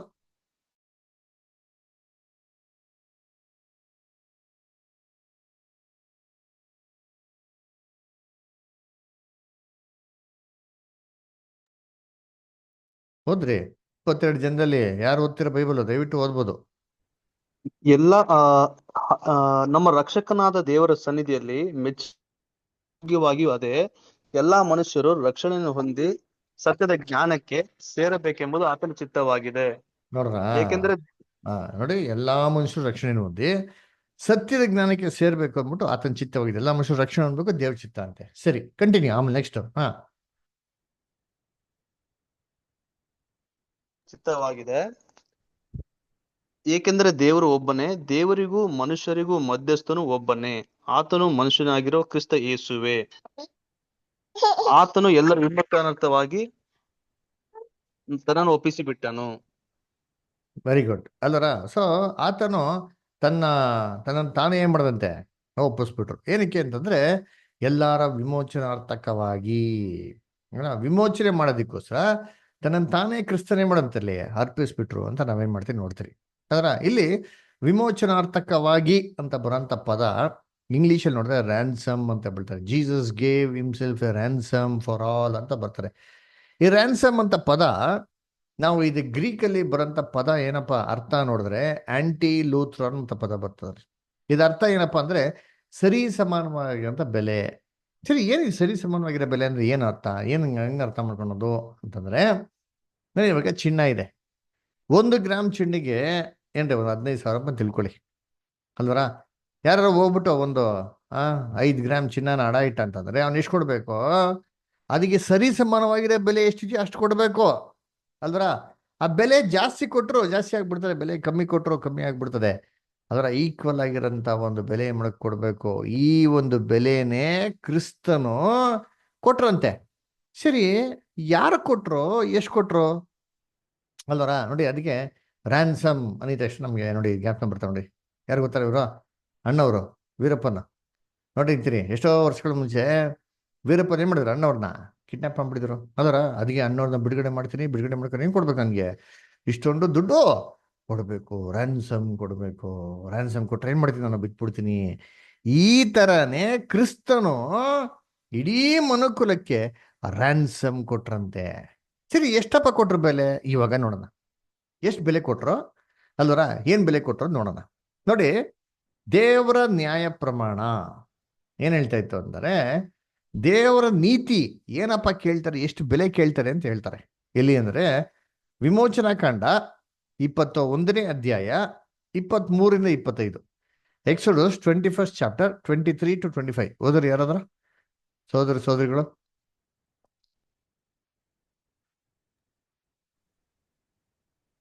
ಪ್ರಾಣವನ್ನು ಕೊಡಿಸಬೇಕು. ಕಣ್ಣಿಗೆ ಕಣ್ಣು, ಹಲ್ಲಿಗೆ ಹಲ್ಲು, ಕೈಗೆ ಕೈ, ಕಾಲಿಗೆ ಕಾಲು, ಬರೆಗೆ ಬರೆ, ಗಾಯಕ್ಕೆ ಗಾಯ, ಏಟಿಗೆ ಏಟು, ಈ ಮೇರೆಗೆ ಪ್ರತಿದಂಡನೆ ಆಗಬೇಕು. ನೋಡ್ರ ಏನ್ ಹೇಳ್ತಾರೆ ಅಂತಂದ್ರೆ, ನೋಡಪ್ಪ ಇಲ್ಲಿ ದೇವ್ರ ತೀರ್ಪು ಏನ್ ಕೇಳಿದಾರೆ? ಪ್ರಾಣಕ್ಕೆ ಪ್ರಾಣ, ಕಣ್ಣಿಗೆ ಕಣ್ಣು ಅಲ್ವರ, ಹಲ್ಲಿಗೆ ಹಲ್ಲು, ಕೈಗೆ ಕೈ ಅಲ್ವರ, ಇದ್ರ ಮೇರೆಗೆ ಪ್ರತಿದಂಡನೆ ಆಗ್ಬೇಕು ಅಂತ ಹೇಳ್ತಾರೆ. ನೋಡಿ ಹೇಳ್ತಾರೆ ಕಣ್ಣಿಗೆ ಕಣ್ಣು, ಕಣ್ಣಿಗೆ ಕಣ್ಣುಗಳು ಅಂತ ಹೇಳಲಿಲ್ಲ ರೀ. ಹಲ್ಲಿಗೆ ಹಲ್ಲು, ಹಲ್ಲಿಗೆ ಹಲ್ಲುಗಳು ಅಂತ ಹೇಳಿಲ್ಲ ರೀ. ಅಥವಾ ಹಲ್ಲುಗಳಿಗೆ ಹಲ್ಲು ಅಂತ ಹೇಳಿಲ್ಲ ರೀ. ಅದರ ಒಂದು ಕೈಗೆ ಒಂದೇ ಕೈಯೇ, ಕಾಲಿಗೆ ಕಾಲು, ಬರ್ರೆಗೆ ಬರ್ರೆ, ಅದರ ಪ್ರಾಣಕ್ಕೆ ಬದಲಾಗಿ ಪ್ರಾಣ, ಒಂದು ಪ್ರಾಣಕ್ಕೆ ಬದಲಾಗಿ ಒಂದೇ ಪ್ರಾಣ ಅಂತ ಹೇಳ್ತಾರೆ. ಅದರ ಒಂದು ಪ್ರಾಣಕ್ಕೆ ಬದಲಾಗಿ ಎಲ್ಲಾ ಪ್ರಾಣಗಳು ಅಂತ ಹೇಳಲಿಲ್ಲ. ಆಯ್ತರ ಎಲ್ಲಾ ಪ್ರಾಣಗಳ ಬದಲಾಗಿ ಒಂದೇ ಪ್ರಾಣ ಅಂತ ಕೂಡ ಹೇಳಲಿಲ್ಲ. ಅದರ ಒಂದಕ್ಕೆ ಒಂದು ಅಂತ ಅಂದ್ಬಿಟ್ಟು ಬಹು ಸ್ಪಷ್ಟವಾಗಿ ಏನ್ ಮಾಡ್ತಾರೆ ಇಲ್ಲಿ ಹೇಳ್ತಾರೆ. ಅದರ ಸರಿ, ಇದೇನಪ್ಪ ಇದು ಅರ್ಥ ಅಂತಂದ್ರೆ, ಒಂದಕ್ಕೆ ಒಂದು ಈಕ್ವಲ್ ಅಂತ ಅರ್ಥ ಏನಪ್ಪಾ ಅಂತಂದ್ರೆ, ಉದಾಹರಣೆಗೆ ಇವಾಗ ಬಸ್ಸಲ್ಲಿ ಪ್ರಯಾಣ ಮಾಡ್ಬೇಕ್ರಿ. ಒಂದು ಬಸ್ ಟಿಕೆಟ್ ಇಟ್ಕೊಂಡು ಎಷ್ಟು ಜನ ಹೋಗ್ಬೋದು? ಒಬ್ಬರೇ ಹೋಗ್ಬೋದು. ಅದರ ಜಾಸ್ತಿ ಜನ ಹೋಗಕ್ಕಾಗಲ್ಲ ರೀ. ಅದರ ಸರಿ, ಇವಾಗ ಮದುವೆ ಆಗಿದ್ಮೇಲೆ ಬೈಬಲ್ ಏನ್ ಹೇಳ್ತಾರೆ? ಗಂಡ ಹೆಂಡತಿ ಇಬ್ರು ಒಂದು ಅಂತ ಹೇಳ್ತಾರೆ. ಇಬ್ರು ಒಂದು ಅಂದ ತಕ್ಷಣ ಬಸ್ಸಲ್ಲಿ ಹತ್ಬಿಟ್ಟು ಒಂದೇ ಒಂದು ಬಸ್ ಟಿಕೆಟ್ ತೊಗೊಂಡ್ಬಿಟ್ಟು ಕಂಡಕ್ಟರ್ ಕೇಳಿದಾಗ, ಇಲ್ಲ ಸರ್ ಇಬ್ರು ಮದುವೆ ಆಗಿದ್ದೀರಿ, ಮದುವೆ ಆಮೇಲೆ ಬೈಬಲ್ ಹೇಳ್ಬಿಟ್ಟು ಇಬ್ರು ಒಂದೇ ಅಂತ ಅಂದ್ಬಿಟ್ಟು ಅದಕ್ಕೆ ಒಂದೇ ತೊಗೊಂಡಿದ್ದೆ ಕಂಡಕ್ಟರ್ ಬಿಡ್ತಾನ? ಇಲ್ಲ ರೀ ಅಲ್ವರ. ಸೊ ಹಂಗೆ ಬಿಡೋದಕ್ಕೆ ಹೋಗಲ್ಲ ರೀ. ಒಂದು ಬಸ್ ಟಿಕೆಟ್ ಅಲ್ಲಿ ಒಬ್ಬರೇ ಹೇಗೆ ಹೋಗೋದಿಕ್ ಸಾಧ್ಯನೋ ಅಲ್ವರ, ಏನ್ರಿ ಒಂದು ಪ್ರಾಣದಿಂದ ಒಬ್ಬರನ್ನೇ ವಿಮೋಚನೆ ಮಾಡಕ್ಕೆ ಸಾಧ್ಯ, ಜಾಸ್ತಿ ಜನ ಸಾಧ್ಯನೇ ಇಲ್ಲ. ಮತ್ತೆ ಯೇಸು ಕ್ರಿಸ್ತ ಎಷ್ಟಪ್ಪ ಪ್ರಾಣ ಇತ್ತು, ಎಷ್ಟು ಜೀವಿತ ಇತ್ತು, ಎಷ್ಟು ಜೀವ ಇತ್ತು ಅವರಲ್ಲಿ ಅಂತಂದ್ರೆ ಒಂದೇ ಒಂದು ಜೀವ. ಮತ್ತೆ ಇದ್ದಂತ ಒಂದೇ ಒಂದು ಜೀವನ ಇಡೀ ಮನುಕುಲಕ್ಕೆ ಹೇಗೆ ಕೊಟ್ಟರು ಅವರು? ಕೊಡಕ್ ಸಾಧ್ಯನಾ? ಲಾಜಿಕ್ ಆಗಿ ನೋಡ್ಬೇಕಾದ್ರೆ ಇಟ್ ಇಸ್ ಹೈಲಿ ಇಂಪಾಸಿಬಲ್ ಅಲ್ಲರ. ಯಾಕಂದ್ರೆ ನಾವೇನ್ ನೋಡಿದ್ವಿ ಇದುವರೆಗೂ ಸತ್ಯವೇದದಲ್ಲಿ, ಪ್ರಾಣಕ್ಕೆ ಬದಲಾಗಿ ಪ್ರಾಣ. ಅದರ ಒಂದು ಪ್ರಾಣಕ್ಕೆ ಇನ್ನೊಂದು ಪ್ರಾಣನೇ ಬೇಕು ಅಲ್ವ? ಅಂದ್ರೆ ಹಲವಾರು ಪ್ರಾಣಿಗಳಿಗೆ ಹಲವಾರು ಪ್ರಾಣಗಳೇ ಬೇಕಲ್ವಾ? ಮತ್ತೆ ಯೇಸು ಕ್ರಿಸ್ತು ಒಬ್ಬರೇ ಇದ್ದಿ ಒಂದೇ ಬಲಿ ಮುಖಾಂತರ ಹಿಂಗೆ ಎಲ್ಲಾರನ್ನೂ ರಕ್ಷಿಸಿದ್ರು ಅಂತ ನೋಡಿದ್ರೆ, ಕರ್ತನಲ್ಲಿ ಪ್ರೀತಿ ಅಂತ ಸೊರಸೋಗಳೇ, ಯೇಸು ಕ್ರಿಸ್ತ ಇದ್ದಂಥ ಒಂದೇ ಒಂದು ಪ್ರಾಣನ ಅವ್ರು ಯಾರಿಗಪ್ಪ ಕೊಟ್ರು ಅಂತಂದ್ರೆ ಒಬ್ಬ ಮನುಷ್ಯನಿಗೆ ಕೊಟ್ಟಿದ್ದು. ಸರಿ, ಯಾರಪ್ಪ ಒಬ್ಬ ಮನುಷ್ಯ? ಯೇಸು ಕ್ರಿಸ್ತು ತನ್ನ ಇರೋಂಥ ಜೀವಿತನ ಒಬ್ಬೊಬ್ಬ ಮನುಷ್ಯನ್ ಕೊಟ್ರ? ಯಾರದು ಅಂತ ನೋಡಿದ್ರೆ ಕರ್ತನಲ್ಲಿ ಪ್ರೀತಿ ಅಂತ ಸೊಗಳೆ ಈ ಭೂಲೋಕದಲ್ಲಿ ಸೃಷ್ಟಿ ಮಾಡಿರೋಂಥ ಮೊದಲನೇ ಮನುಷ್ಯ ಅಂತ ಆದಾಮನು. ಅಲ್ವರ ಯೇಸು ಕ್ರಿಸ್ತು ಏನಪ್ಪ ಮಾಡೋದಂದ್ರೆ ಏನ್ರಿ ತನ್ನ ಹತ್ರ ಇರೋಂಥ ಒಂದೇ ಒಂದು ಜೀವಿತನ ಆ ಒಂದು ಮನುಷ್ಯನಿಂತ ಆದಾಮ್ಗೆ ಏನ್ ಮಾಡಿದವರು? ಅವ್ರು ಕೊಟ್ರು. ಸರಿ, ಯಾಕೆ ಆದಾಮ ಕೊಟ್ರು? ಯಾಕೆ ಆದಾಮ ಕೊಡ್ಬೇಕಾಗಿತ್ತು? ಕಟ್ಟಲ್ವಾ? ಆದಾಮ್ಗೆ ಏನ್ಕಪ್ಪ ಕೊಡ್ಬೇಕು? ಏನ್ ರೀಸನು ಅಂತ ನೋಡಿದ್ರೆ ಈಡೇನ್ ತೋಟದಲ್ಲಿ ದೇವರು ಫಸ್ಟ್ ಸೃಷ್ಟಿ ಮಾಡಿದ್ ಯಾರನ್ನಪ್ಪ ಅಂತಂದ್ರೆ ಆದಾಮನ್ನ. ಆಮೇಲೆ ಅದಾಮನು ಪಕ್ಕೆಲ್ ತಗೊಂಡು ಯಾರನ್ನ ಸೃಷ್ಟಿ ಮಾಡಿದ್ದ?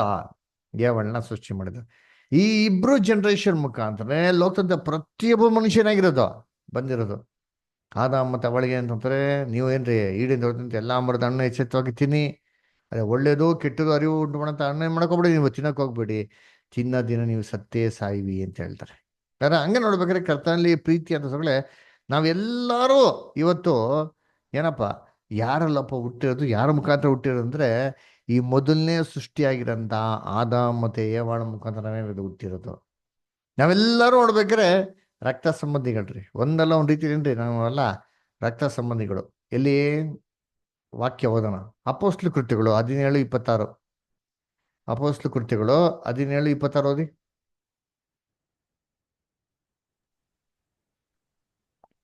ಯಾರು ಓದ್ರಿ? ಓದಿ ದೀಪಾನೇ. ಆತನು ಒಬ್ಬನಿಂದಲೇ ಹಾ ಎಲ್ಲಾ ಜನಾಂಗದವರನ್ನು ಹುಟ್ಟಿಸಿ ಹಾ ಅವರವರು ಇರತಕ್ಕ ಕಾಲಗಳನ್ನು ಅವರವರ ನಿವಾಸಗಳ ಮೇರೆಗಳನ್ನು ನಿಷ್ಕರ್ಷಿಸಿ ಭೂಮಂಡಲದಲ್ಲೆಲ್ಲ ವಾಸ ಮಾಡಿ ಒಂದು ವೇಳೆ ನೋಡ್ರ ಅವರು ಸಾಕ್ಬಿಡಿ, ಇಷ್ಟ ಎಷ್ಟು ಸ್ಪಷ್ಟವಾಗಿ ಹೇಳ್ತಾ ಅಂತೀನಿ ಅಲ್ರ. ಆತನು ಏನ್ ಮಾಡಂತೆ? ಒಂದೇ ರಕ್ತದಿಂದ ಒಬ್ಬನಿಂದಲೇ ಎಲ್ಲರೂ ಏನ್ ಮಾಡಂತೆ ರೂಪಿಸಿ ನಮ್ಮನ್ನೆಲ್ಲಾರನ್ನು ಒಬ್ಬ ಮನುಷ್ಯನಂತ ಆದಾಮ ಮುಖಾಂತರ ದೇವ್ರು ನಮ್ಮ ರೂಪಿಸಿರೋದ್ರಿ.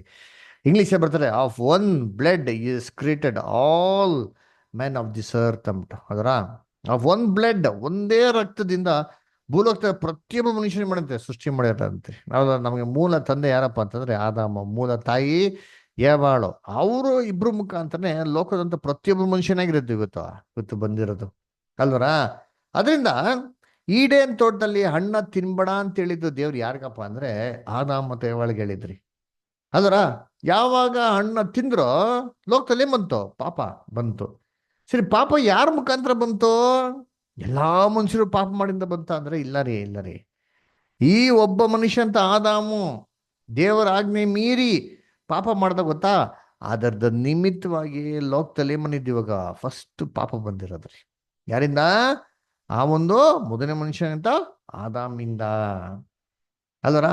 ಈ ಒಂದು ಮರಣದಂಡನೆನ ದೇವ್ರು ಏನಪ್ಪ ಮಾಡಿದ್ರು ಅಂದ್ರೆ ಆದಾಮ್ ಯಾವ ರೀತಿ ಪಾಪ ಮಾಡಿದನೋ ನೆಕ್ಸ್ಟ್ ಅವ್ರ ಮಕ್ಳೆಲ್ಲರೂ ಪಾಪ ಮಾಡ್ತಾರೆ ಅಂತಂದ್ಬಿಟ್ಟು ದೇವ್ರು ಮಾಡಿದ್ರು. ಎಲ್ಲಾರನ್ನು ಪಾಪಕ್ಕೆ ಮಾಡಿದ್ರು, ದೇವ್ರು ಒಪ್ಪಿಸ್ಕೊಟ್ರು ಅಲ್ವರ. ಎಲ್ಲಾರನ್ನು ಪಾಪಕ್ಕೆ ಒಪ್ಪಿಸ್ಕೊಟ್ರು. ಎಲ್ಲಾರು ಆದಾಮ್ನಲ್ಲೇ ಸಾಯ್ತಾ ಇರೋದು ಇವತ್ತು. ವಾಕ್ಯ ಎಲ್ಲಿದೆ? ಓದ ನೋಡಿದ್ದೀನಿ, ರೋಮಾಪುರದಲ್ಲಿ 5ನೇ ಅಧ್ಯಾಯ 12ನೇ ವಾಕ್ಯ ಓದಿಬೋದ?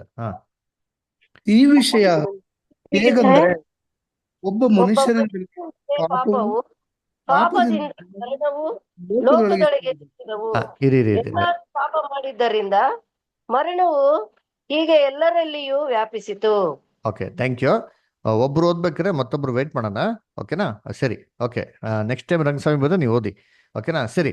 ಈ ವಿಷಯ ಹೇಗೆಂದರೆ ಒಬ್ಬ ಮನುಷ್ಯನಿಂದಲೇ ಲೋಕದಲ್ಲಿ ಪಾಪವು ಅಲ್ರ, ಪಾಪದಿಂದ ಮರಣವು ಲೋಕದಲ್ಲಿ ಸೇರಿದ್ವು. ನೋಡ್ರಿ ಎಷ್ಟು ಚೆನ್ನಾಗಿದೆ, ಎಷ್ಟು ಕ್ಲಿಯರ್ ಆಗಿ ನೋಡ್ತೀವಿ. ನಾವೇನ್ ನೋಡಿದ್ರಿ ಇವಾಗ? ಲೋಕದಲ್ಲಿ ಪಾಪ ಬರೋಕೆ ಏನ್ ಕಾರಣ? ಒಬ್ಬ ಮನುಷ್ಯ ತಿನ್ಬಂತ ಹಣ್ಣನ್ನು ತಿಂದ. ಅದ್ರ ನಿಮಿತ್ತವಾಗಿ ಲೋಕದಲ್ಲಿ ಬಂತು ಪಾಪ ಬಂತು. ಪಾಪ ಸಂಬಳ ಏನ್ರಿ? ಮರಣ ಬಂತು. ಇದು ಏನಪ್ಪ ಆಯ್ತು ಅಂತಂದ್ರೆ ದೇವ್ರು ಎಲ್ಲಾರ ಮೇಲೂ ಈ ಮರಣ ನಾವು ಒರೆಸ್ಬಿಟ್ರಂತೀರಿ. ಆದಾಮ್ ಯಾವ ರೀತಿ ಪಾಪ ಮಾಡಿದ್ರು ಮಕ್ಕಳು ಕೂಡ ಖಂಡಿತವಾಗ ಮಾಡೇ ಮಾಡ್ತಾರೆ ಅಂತ ದೇವ್ರಿಗೆ ಗೊತ್ತಿರಿಂದ ದೇವ್ರು ಎಲ್ಲಾರನ್ನು ಪಾಪಕ್ಕೆ ಮಾಡಿದ್ರು, ಅವರು ಒಳಸ್ಕೊಟ್ರು. ಎಲ್ಲಾರು ಆದಾಮ್ನಲ್ಲಿ ಏನಾಗ್ತಿರೋದು ಇವತ್ತು? ಸಾಯ್ತಾ ಇರೋದು ಅಲ್ಲರ. ಅದಕ್ಕೆ ನೋಡ್ಬೇಕ್ರಿ, ಎಲ್ಲರೂ ಪಾಪ ಮಾಡಿದ್ದ ಮರಣವು ಈಗ ಎಲ್ಲಾರ ಮೇಲೆ ಏನಂತೆ ವ್ಯಾಪಿಸಿತು. ಎಲ್ಲರೂ ಸಾಯ್ತಾ ಇರೋದು ಯಾರಲ್ಲಿ ಅಂತಂದ್ರೆ ಕರ್ತನಲ್ಲಿ ಪ್ರೀತಿ ಅಂತ ಸೊಗಳೆ ಆದಾಮ್ನಲ್ಲೇ. ಅದಕ್ಕೆ ಯೋಚನೆ ಮಾಡಿ, ಎಷ್ಟೋ ಜನ ಪುಟ್ಟು ಪಾಪು ಮಕ್ಕಳು ಇರ್ತವೆ ನಿಂತೀರಿ ಅದರ ಹಾಸ್ಪಿಟ್ಲ್ ಅಡ್ಮಿಟ್ ಮಾಡ್ತಾರೆ ಅಲ್ವರ, ಏನ್ರಿ ಸ್ವಲ್ಪ ಹೊತ್ತು ಬದುಕಿರ್ತಾರೆ, ಒಂದಿನ 2 ದಿನ ಅಥವಾ 1 ನಿಮಿಷನೇ ಬದುಕಿರ್ಬೋದು, ಮಗು ಸುತ್ತಿರೋಗ್ಬಿಡ್ತಾರೆ. ಅವ್ರ ಅಪ್ಪ ಅಮ್ಮ ಕೇಳೋದು ಒಂದೇ ಪ್ರಶ್ನೆ, ದೇವ್ರೇ ನನ್ನ ಮಗು ಏನು ತಪ್ಪು ಮಾಡಿತ್ತು, ಮಗು ಏನು ಪಾಪ ಮಾಡಿತ್ತು, ಯಾಕೆ ನನ್ನ ಮಗನ ತಗೊಂಡ್ಬಿಟ್ಟೆ, ಯಾಕೆ ನನ್ನ ಮಗು ಸತ್ತೋಯ್ತು, ಏನು ಕಾರಣ ದೇವ್ರೇ, ಹೇಳು ಹೇಳು ಅಂತ ಏನು ಮಾಡಿದೆ ಕೇಳ್ತಾರೆ. ನೋಡಿ, ಅವ್ರ ಪಾಪ ಅಲ್ಲ ರೀ. ಯಾರ ಪಾಪ? ಆದಾಮ್ ಮಾಡಿದ್ನಲ್ಲ ಪಾಪ, ಆ ಪಾಪದ ನಿಮಿತ್ತವಾಗಿ ಎಲ್ಲರೂ ಏನಾಗ್ತಾರದು ಇವತ್ತು ಕರ್ತನಲ್ಲಿ ಪ್ರೀತಿ ಅಂತ ಸೌರಸ್ಗಳು ಎಲ್ಲರೂ ಸಾಯ್ತಾ ಇರೋದು ಅಲ್ಲರ. ಅದಕ್ಕೆ ದಾವಿದಕ್ಕೆ ಚೆನ್ನಾಗಿ ಗೊತ್ತಿತ್ತು ಇದು. ಅದಕ್ಕೆ ದಾವಿದ ಕೀರ್ತನೆ 51:5 ಏನ್ ಹೇಳ್ತಾರೆ ನೋಡೋಣ, ನಾನು ಓದಿದ್ದೀನಿ. ಸಾಮ್ಸ್ 51:5.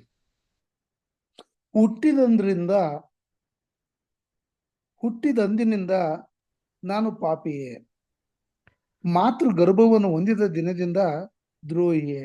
ನೋಡ್ರ ಎಷ್ಟು ಹೇಳ್ತಾರೆ, ಹುಟ್ಟಿದಂದಿನಿಂದ ನಾನು ಪಾಪಿಯೇ, ಮಾತೃ ಗರ್ಭ ಒಂದಿಂದ ನಾನು ಏನ್ರಿ ದ್ರೋಹಿಯೇ. ಹುಟ್ಟಿದಾಗಿಂದ ರೀ, ಗರ್ಭದಲ್ಲಿ ಇರ್ಬೇಕ್ರೆ ಏನ್ರಿ ಪಾಪ ಬಂದ್ಬಿಡ್ತು. ಯಾಕಂದ್ರೆ ಆದಾಮಿಂದ ಬಂದಂತ ಒಂದು ಶಾಪ ಎಲ್ಲಾರ ಮೇಲೆ ಇರೋದ್ರಿಂದ ಎಲ್ಲರ ಪಾಪದಲ್ಲಿ ಬಿದ್ದಿದ್ದಾರೆ ಅಲ್ದರ. ಅದಕ್ಕೆ ಅಪೊಸ್ತಲ ಪೌಲ್ ಹೇಳ್ತಾರೆ ರೋಮಪುರದಲ್ಲಿ, ಹೆಂಗೊತ್ತ ಹೇಳ್ತಾರೆ, ನೀತಿವಂತನು ಒಬ್ನೂ ಇಲ್ಲ. ಯಾರು ಇಲ್ಲಪ್ಪ, ಯಾರು ನೀತಿವಂತರಿಲ್ಲ, ಎಲ್ಲರೂ ಏನ್ರಿ ಎಲ್ಲಾರು ಪಾಪಿಗಳೇ ಅಂತ ಹೇಳ್ತಾರೆ. ಎಲ್ಲಿ ಹೇಳ್ತಾರೆ ಓದಿ, ರೋಮಪುರದಲ್ಲಿ 3ನೇ ಅಧ್ಯಾಯ 10ನೇ ವಾಕ್ಯ, ರೋಮನ್ಸ್ 3:10 ಹೋದ್ರಿ ಯಾರಾದ್ರ. ಇದು ಶಾಸ್ತ್ರದಲ್ಲಿ ಬರೆದಿರುವ ಮಾತುಗಳಿಗೆ ಸರಿಯಾಗಿದೆ. ಅವು ಯಾವೆಂದರೆ, ನೀತಿವಂತನು ಇಲ್ಲ, ಒಬ್ಬನಾದರೂ ಇಲ್ಲ. ನೋಡ್ರ, ನೀತಿವಂತನು ಇಲ್ಲ, ಒಬ್ಬನಾದ್ರೂ ಇಲ್ಲ. ನೋಡ್ರ, ನೀತಿವಂತ ಜನರಂತೆ ಅಂದ್ರ ಒಬ್ರು ಇಲ್ಲ ಅಲ್ವರ. ನೋಡ್ಬೇಕಾರೆ ಒಬ್ರು ಇಲ್ಲ ಅಂತ ಏನ್ ಮಾಡ್ತಾರೆ ಅಲ್ಲಿ ಹೇಳ್ತಾರೆ ಅಲ್ವರ. ಅನ್ನ ಕರ್ತನಲ್ಲಿ ಪ್ರೀತಿ ಅಂದ್ರೆ ಎಲ್ಲಾರು ಸಾಯ್ತಿರೋದು ಆದಾಮಲ್ಲಿ ಅಲ್ವರ. ಇವಾಗ ರೋಮಪುರದಲ್ಲಿ 5:13 ಓದ್ರಿ, ಕಂಟಿನ್ಯೂ ಮಾಡಿ ಯಾರಾದ್ರೂ ಹಂಗೆ ನಿಧಾನ. ಧರ್ಮಶಾಸ್ತ್ರ ಉಂಟಾಗುವುದಕ್ಕೆ ಮುಂಚೆಯೇ ಪಾಪವು ಲೋಕದಲ್ಲಿತ್ತು, ಆದರೆ ಧರ್ಮಶಾಸ್ತ್ರವಿಲ್ಲದಿರುವಾಗ ಪಾಪವು ಲೆಕ್ಕಕ್ಕೆ ಬರುವುದಿಲ್ಲ. ನೋಡ್ರಿ, ಇವಾಗ ಸ್ವಲ್ಪ ಅರ್ಥ ಮಾಡ್ಕೊಳಂತ ಹೇಳ್ತಾರೆ. ಧರ್ಮಶಾಸ್ತ್ರ ಬರೋದಕ್ಕಿಂತ ಮುಂಚೆ ಲೋಕದಲ್ಲಿ ಪಾಪ ಆಯ್ತು ಅಂತ ಹೇಳ್ತಾರೆ. ಹೇಗೆ ನೋಡಿ, ಅರ್ಥ ಮಾಡ್ಕೊಂಡು ಚೆನ್ನಾಗೆಲ್ಲ ಸ್ಕ್ರೀನ್ ನೋಡಿ, ಗಮನಿಸಿ ಎಲ್ಲರೂ, ಎಲ್ಲ ಬೈಬಲ್ ಇಟ್ಕೊಳ್ಳಿ, ವಾಕ್ಯ ಸಮೇತ ಸ್ಕ್ರೀನ್ ಗಮನಿಸಿ ನೋಡಿ. ಧರ್ಮಶಾಸ್ತ್ರ ಯಾರ ಮುಖಾಂತರ ಕೊಟ್ಟರು? ಮೋಸೆ ಮುಖಾಂತರ ಕೊಟ್ಟರು. ಈ ವಾಕ್ಯ ಹೇಳ್ತಾರೆ, ಧರ್ಮಶಾಸ್ತ್ರ ಬರೋದಕ್ಕಿಂತ ಮುಂಚೆ ಲೋಕದಲ್ಲಿ ಪಾಪ ಇತ್ತು ಅಂದ್ರೆ ಏನರ್ಥ? ಆದಾಮಿಂದ ಹಿಡಿದು ಮೋಸೆವರೆಗೂ ಧರ್ಮಶಾಸ್ತ್ರ ಇಲ್ಲ ರೀ ಅಲ್ವರ. ಅದೇ ಹೇಳೋದು, ಮೋಸೆ ಮುಖಾಂತರ ಧರ್ಮಶಾಸ್ತ್ರ ಕೊಟ್ರು, ಅದಕ್ಕಿಂತ ಮುಂಚೆ ಧರ್ಮಶಾಸ್ತ್ರ ಇಲ್ಲ. ಆದರೂ ಕೂಡ ಅಲ್ಲಿ ಮರಣದ ಆಳ್ವಿಕೆ ನಡೀತು ಅಂತ ಹೇಳ್ತಾರೆ. ಅಲ್ಲೂ ಕೂಡ ಏನು ಸತ್ರು ಅಂತ ಹೇಳ್ತಾರೆ ಜನಗಳು ಅಲ್ವರ. ಅಂದ್ರೆ ಏನರ್ಥ? ಏನಕ್ಕೆ ಹೇಳ್ತಾರದ್ದು ನೋಡಪ್ಪ, ಧರ್ಮಶಾಸ್ತ್ರ ಇದ್ರೆ, ರೂಲ್ಸ್ ಅಂತ ಇದ್ರೆ, ರೂಲ್ಸ್ನ ವಯಲೇಟ್ ಮಾಡಿದ್ರೆ ನೀನು ಶಿಕ್ಷೆ ಕೊಟ್ರೆ ಕರೆಕ್ಟು. ರೂಲ್ಸೇ ಇಲ್ಲ, ನ್ಯಾಯ ಪ್ರಮಾಣನೇ ಇಲ್ಲ. ಮೋಸೆ ಬರೋ ತನಕ ದೇವರು ಹೀಗೆ ಮಾಡಬೇಡ, ಹೀಗೆ ಮಾಡಿದ್ರೆ ನಿಂಗೆ ಶಿಕ್ಷೆ ಕೊಡ್ತೀನಿ, ಹಿಂಗೆ ಮರಣದಂಡನೆ ಕೊಡ್ತೀನಿ ಅಂತ ದೇವ್ರು ಯಾರಿಗಾರ ಹೇಳಿದ್ರ? ಯಾರಿಗೂ ಹೇಳಿಲ್ಲ. ಚೆನ್ನಾಗಿ ಅಬ್ಸರ್ವ್ ಮಾಡಿ, ಬೈಬಲ್ ಎಲ್ಲೂ ಇಲ್ಲ. ಆದಾಮ್ ಬಿಟ್ರೆ ಬೇರೆ ಯಾರಿಗಾರ ಹೇಳಿದ್ರೆ ಅಣ್ಣ ತಿನ್ಬೇಡ, ಹಿಂಗೆ ಮಾಡಬೇಡ, ಹಾಗೆ ಮಾಡಬೇಡ, ಹಿಂಗೆ ಮಾಡಿದ್ರೆ ನೀನು ಸತ್ತೇ ಸಾಯಿವೆ ಅಂತ ಯಾರಿಗಾರ ಹೇಳಿದ್ರ ದೇವರು? ಯಾರಿಗೂ ಹೇಳಿಲ್ಲ. ಮತ್ತೆ ಎಲ್ಲರೂ ಸತ್ರಲ್ಲ, ಹೇಗೆ ಸತ್ರು ಯೋಚನೆ ಮಾಡಿ ಅಲ್ವರ. ದೇವ್ರವ್ರಿಗೇನೋ ರೂಲ್ಸೇ ಕೊಡ್ಲಿಲ್ಲ, ಆ ರೂಲ್ಸ್ನ ಅವರು ಮೀರ್ಲೇ ಇಲ್ಲ, ಮತ್ತೆ ಪಾಪನೇ ಮಾಡಲಿಲ್ಲ, ಮತ್ತೆ ಅವ್ರ ಮೇಲೆ ಹೆಂಗೆ ಮಾಡೋದನ್ನೋರ್ಗೆ ಸಾಧ್ಯ ಅಲ್ವರ. ಯಾಕೆ ಅಪೊಸ್ತಲ ಪೌಲ್ ಈ ಪಾಯಿಂಟ್ನ ಹೇಳ್ತಾರೆ ಅಂತಂದ್ರೆ, ಅವ್ರು ಏನ್ನ ಪ್ರೂವ್ ಮಾಡಕ್ಕೆ ಟ್ರೈ ಮಾಡ್ತಾ ಇದಾರೆ ಅಂತಂದ್ರೆ, ನೋಡಪ್ಪ, ಪ್ರತಿಯೊಬ್ಬ ಮನುಷ್ಯ ಅವನವನ ಪಾಪ ಕೃತ್ಯಗಳಿಗೆ ಸಾಯ್ತಾ ಇಲ್ಲ. ಆದಾಮ್ ಮಾಡಿದ್ನಲ್ಲ ಪಾಪ, ಆ ಪಾಪ ಎಲ್ಲಾರ ಮೇಲೂ ಇರೋದ್ರಿಂದ ಎಲ್ಲಾರು ಆದಾಮ್ನಲ್ಲಿ ಸಾಯ್ತಾ ಇದ್ದಾರೆ ಅಂತ ಹೇಳ್ತಾರೆ. ನಾನು ಹಂಗೆ ಮುಂದಕ್ಕೆ ಓದೋಣ, ಕಂಟಿನ್ಯೂ ಮಾಡಿಬೋದು, ಅಲ್ಲೇ ಹೇಳ್ತಾರೆ, ಮುಂದಕ್ಕೆ ಓದಿಬೋದು ನೆಕ್ಸ್ಟ್. ಆದರೂ ಆದಾಮನ ಕಾಲದಿಂದ ಮೋಶೆಯ ಕಾಲದವರೆಗೂ ಮರಣದ ಆಳ್ವಿಕೆಯು ನಡೆಯುತ್ತಿತ್ತು. ನೋಡ್ರ, ಆದರೂ ಕೂಡ ಏನ್ರಿ, ಆದಾಮಿಂದ ಮೋಸೆ ಕಾಲದವರೆಗೂ ಮರಣದ ಆಳ್ವಿಕೆ ನಡೀತು. ಯಾರ ಮೇಲೆ ನಡೀತು? ಕಂಟಿನ್ಯೂ. ಆದಾಮನು ದೇವಾಜ್ಞೆ ಮೀರಿ ಮಾಡಿದ ಪಾಪಕ್ಕೆ ಸಮಾನವಾದ ಪಾಪವನ್ನು ಮಾಡದೆ ಇದ್ದವರ ಮೇಲೆಯೂ ಅದು ನಡೆಯುತ್ತಿತ್ತು. ನೋಡ್ರ, ಏನ್ರಿ, ದೇವರಾಜ್ಞೆ ಮೀರಿ ಏನ್ರಿ ಅದಕ್ಕೆ ಸಮಾನವಾಗಿರೋಂಥ ಪಾಪ ಯಾರು ಮಾಡಿಲ್ವೋ ಅವ್ರ ಮೇಲೆ ಕೂಡ ಏನಾಯ್ತಂತೆ ಮರಣದ ಆಳ್ವಿಕೆ ನಡೀತು ಅಂತ ಹೇಳ್ತಾರೆ. ಅಲ್ವರ ನೋಡಿ ಎಷ್ಟು ಕ್ಲೀನ್ ಆಗಿದೆ. ಏನು ಕ್ಲೀನಾಗಿ ಕೊಡ್ತಾ ಇದೆ ಇಲ್ಲಿ ಹಂಗಂದ್ರೆ ಏನ್ರಿ ದೇವ್ರ ಆಜ್ಞೆ ಮೀರ್ದಿ ಇಲ್ಲ ಅಂಥವ್ರ ಮೇಲೆ ಕೂಡ ಮರಣದ ಆಳ್ವಿಕೆ ನಡೀತಂತೆ. ಆದಾಮ್ ಹೇಳಿದಲ್ಲ ಹಣ್ಣ ತಿನ್ಬಿಡಂತ, ಅವನಿಗೆ ಶಿಕ್ಷೆ ಕೊಡೋದು ನ್ಯಾಯ. ಯಾರು ದೇವ್ರ ಆಜ್ಞೆನೇ ಮೀರಿಲ್ವಂತರಿ, ಅವ್ರಿಗೆಲ್ಲ ಹೆಂಗೆ ಕೊಟ್ರು? ಕರ್ತನಲ್ಲಿ ಪ್ರೀತಿ ಅಂತ ಸೋದರಗಳೇ, ಅವ್ರಿಗೆಲ್ಲ ಕೊಟ್ಟಿರೋದು ಯಾರ ಒಂದು ಮುಖಾಂತರ? ಆದಾಮಿನ ಮುಖಾಂತರ. ಅದರ ನೋಡಿ, ದೇವರು ಆಜ್ಞೆನ ಆದಾಮ್ ಥರ ಮೀರಿಲ್ಲ ಅಂದ್ರೂ ಸರಿ ಅವನ್ನ ಏನು ಮಾಡ್ತು? ಮರಣದ ಆಳ್ವಿಕೆ ನಡೀತು. ಹೇಗಪ್ಪ ನಡೀತು? ಏನು ಕಾರಣಪ್ಪ ಇದು ಅಂತಂದ್ರೆ, ಅಪೋಸ್ಟಲ್ ಪೌಲ್ ಏನಕ್ಕೆ ಹೇಳ್ತಾ ಇದ್ದಾರೆ ಅಂತಂದ್ರೆ, ಇದು ಇಂಡಿವಿಜುವಲ್ ಸಿನ್ ಅಲ್ಲ, ಇದು ಆದಾಮಿಂದ ಬಂದಿರೋಂಥ ಒಂದು ಒಂದು ಏನ್ರಿ ಶಿಕ್ಷೆ, ಒಂದು ಮರಣದಂಡನೆಯಾಗಿರೋದ್ರಿಂದ ಎಲ್ಲರೂ ಆದಾಮ್ನಲ್ಲಿ ಏನು ಮಾಡ್ತಾರೆ? ಇವತ್ತು ಸಾಯ್ತಾ ಇದ್ದಾರೆ ಅಂತ ಏನ್ ಮಾಡ್ತಾರೆ ಅಪೋಸ್ಟಲ್ ಪೌಲ್ ನಮಗೆ ಹೇಳ್ತಾರೆ ಅಲ್ವರ. ಸರಿ, ನೆಕ್ಸ್ಟ್ ಹಂಗೆ ಕಂಟಿನ್ಯೂ ಮಾಡಿಬೋದು. ನೆಕ್ಸ್ಟ್ ರೋಮಾಪುರದಲ್ಲಿ ಮುಂದಕ್ಕೆ. ಆದಾಮನು ಹ್ಮ್ ಆದಾಮನು ಬರಬೇಕಾದ ಒಬ್ಬಾತನಿಗೆ ಹ್ಮ್ ಸೂಚಕ ಪುರುಷನಾಗಿದ್ದಾನೆ. ನೋಡ್ರ, ಆ ಆದಾಮನು ಬರ್ಬೇಕಾಗಿರೋಂಥ ಒಬ್ಬ ಮನುಷ್ಯನಿಗೆ ಸೂಚಕ ಪುರುಷ ಅಂತ ಹೇಳ್ತಾರೆ. ಅಂದ್ರೆ ಏನು? ಈ ಆದಾಮ್ ಇದೆ ನೋಡಿ ಅಂತೀನಿ, ಈ ಆದಾಮು ಮುಂದೆ ಎಷ್ಟೋ ವರ್ಷಗಳ ನಂತರ ಒಬ್ಬರು ಮನುಷ್ಯ ಬರ್ತಾ ಇದಾರಂತೆ. ಆ ಮನುಷ್ಯನಿಗೆ ಇವನು ಸೂಚಕ ಪುರುಷ ಅಂತ ಹೇಳ್ತಾರೆ. ಅದೇನೋ ಅದೇ ತರ ಇನ್ನೊಬ್ಬ ಮನುಷ್ಯ ಬರ್ತಾನೆ, ಅವ್ರಿಗೆ ಇವ್ರ ಎಕ್ಸಾಂಪಲ್ಲು ಅಂತ ಹೇಳ್ತಾರೆ. ಹಂಗಾರೆ ಇದು ಯಾರಪ್ಪ? ಇದು ಯಾರು ಅಂತಂದ್ರೆ ನಮ್ಮ ರಕ್ಷಕನಾಗಿರೋಂಥ ಯೇಸು ಕ್ರಿಸ್ತನ ಬಗ್ಗೆ ಹೇಳ್ತಿರತ್ತು. ಏನ್ರಿ? ಆದಾಮನು ಮುಂದೆ ಬರ್ಬೇಕಾಗಿರೋಂಥ ಒಬ್ಬ ಸೂಚಕ ಪುರುಷನಂತ ಏನ್ರಿ? ಎರಡನೇ ಆದಾಮ್ಗೆ ಏನ್ರಿ ಅಂತ ಇವರು ಸೂಚಕ ಪುರುಷ ಅಂತ ಹೇಳ್ತಾರೆ. ಸರಿ, ಹಂಗಾರೆ ಬೈಬಲಲ್ಲಿ ಯೇಸು ಕ್ರಿಸ್ತನ ಎರಡನೇ ಆದಾಮ್ ಅಂತೆಲ್ಲ ಹೇಳಿದಾರಾ? ಎಸ್, ಹೇಳಿದ್ದಾರೆ. ಎಲ್ಲಿ ಹೇಳಿದ್ದಾರೆ? 1 ಕೊರಿಂಥ 15:45 ಓದಿ. 1 Corinthians 15:45. ಯಾರು ಓದ್ತೀರಾ? ಸ್ವರ್ಣಲತಾ ಸಿಸ್ಟರ್ ಓದ್ತೀರಾ? Shilpa Rani sister, Ramesh brother, Prakash Rao, Madhu brother, Nirmala sister, Babu brother, Vilas brother. ಹೇಳ ಓದಿ ಶ್ವೇತರಾಣಿ ಸಿಸ್ಟರ್. ಮೊದಲನೆಯ ಮನುಷ್ಯನಾದ ಆದಾಮನು ಒಂದು ನಿಮಿಷ ಎಲ್ಲರೂ ಓದ್ಲಿ, ಎಲ್ಲರಿಗೂ ಅವಕಾಶ ಕೊಡೋಣ. ಮೊದಲನೆಯ ಮನುಷ್ಯನಾದ ಆದಾಮನು ಬದುಕುವ ಪ್ರಾಣಿಯಾದನೆಂದು ಬರೆದಿದೆಯಲ್ಲ, ಕಡೆ ಆದಾಮನು ಬದುಕಿಸುವ ಆತ್ಮನು. ನೋಡ್ರ ಎಷ್ಟು ಕ್ಲೀನ್ ಆಗಿದೆ ಅಂತಾನೆ. ಮೊದಲನೇ ಆದಾಮನು, ಕಡೆ ಆದಾಮನು. ಮೊದಲನೇ ಆದಾಮನು ಏನ್ರಿ? ಅದರ ಮನುಷ್ಯನು. ಅದರ ಕಡೆ ಆದಾಮನು ಏನ್ರಿ? ಬದುಕಿಸುವಂತ ಆತ್ಮನು ಅಲ್ಲರ. ನೋಡ್ರಿ, 47ನೇ ವಾಕ್ಯ ಓದೋಣ ಅಂತೀನಿ. 47 ಓದ್ರಿ. ಹೆಂಗೆ ಅದರಲ್ಲಿ 47? ಮೊದಲನೇ ಮನುಷ್ಯನು ಭೂಮಿಯೊಳಗಿಂದ ಉತ್ಪನ್ನನಾಗಿ ಮಣ್ಣಿಗೆ ಸಂಬಂಧಪಟ್ಟವನು. ಎರಡನೇ ಮನುಷ್ಯನು ಪರಲೋಕದಿಂದ ಬಂದವನು. ನೋಡ್ರ, ಮೊದಲನೇ ಮನುಷ್ಯನು ಯಾರಂತೆ? ಮಣ್ಣಿಗೆ ಸಂಬಂಧಪಟ್ಟವನ್ರಿ. ಎರಡನೇ ಮನುಷ್ಯ ಪರಲೋಕದಿಂದ ಬಂದಂತ ಕರ್ತನ ನೋಡ್ರಿ ಇದ್ದೀನಿ. ಅಂದ್ರೆ ಮೊದಲನೇ ಆದಾಮನು ಭೂಲೋಕದಿಂದ ಸೃಷ್ಟಿ ಮಾಡಿದವನು, ಎರಡನೇ ಆದಾಮನು ಪರಲೋಕದಿಂದ ಬಂದಂತ ನಮ್ಮ ರಕ್ಷಕಂತ ಯೇಸು ಕ್ರಿಸ್ತು. ಸರಿ, ಯಾಕೆ ಸತ್ಯವೇದದಲ್ಲಿ ಯೇಸು ಕ್ರಿಸ್ತನ ಎರಡನೇ ಆದಾಮನ್ ಕರೀತಾರೆ? ಯಾಕೆ ಇವರು ಭೂಲೋಕ ಬರೋಕೆ ಎರಡನೇ ಆದಾಮಕ್ಕೆ ಬಂದರು? ಯಾಕೆ ತಿಳ್ಕೊಳೋಣ. ಯಾಕೆ? ಏನಪ್ಪ ಏನ್ ಕೊಡ್ಬೇಕು ಅವರು? ಆದಾಮ್ ಏನ್ ಕೊಡ್ಬೇಕು? ಇವಾಗ ಬೆಲೆ ಕೊಡ್ಬೇಕು. ನಾನು ಚೆನ್ನಾಗಿ ಓದ್ರಿ, ಫಸ್ಟ್ ಕ್ಯಾಪ್ಟನ್ ಕೊಡ್ರಿ. ಏನು ದೇವ್ರ ನೀತಿಯ ತಕಡಿ ಏನ್ ಕೇಳ್ತೋ? ಪ್ರಾಣಕ್ಕೆ ಬದಲಾಗಿ ಪ್ರಾಣ, ಕಣ್ಣಿಗೆ ಕಣ್ಣು, ಕೈಗೆ ಕೈ. ಅದರ ಯೇಸು ಕ್ರಿಸ್ತು ಬಂದಿರೋದೇನಕ್ಕೆ? ಪ್ರಾಣ ಕೊಡಕ್ ಬಂದವ್ರೆ. ತನ್ನ ಹತ್ರ ಇರೋಂಥ ಒಂದು ಪ್ರಾಣನ ಒಬ್ರಿಗೆ ಕೊಡಕ್ ಸಾಧ್ಯವಾಗ್ತದೆ, ಆದಾಮ ಕೊಡಕ್ ಬಂದವ್ರೆ. ಅದಕ್ಕೆ ಬಂದಿದ್ದು ಎರಡನೇ ಆದಾಮ ಬಂದ್ರು. ಸರಿ, ಯಾಕೆ ಬರ್ಬೇಕಾಯ್ತು?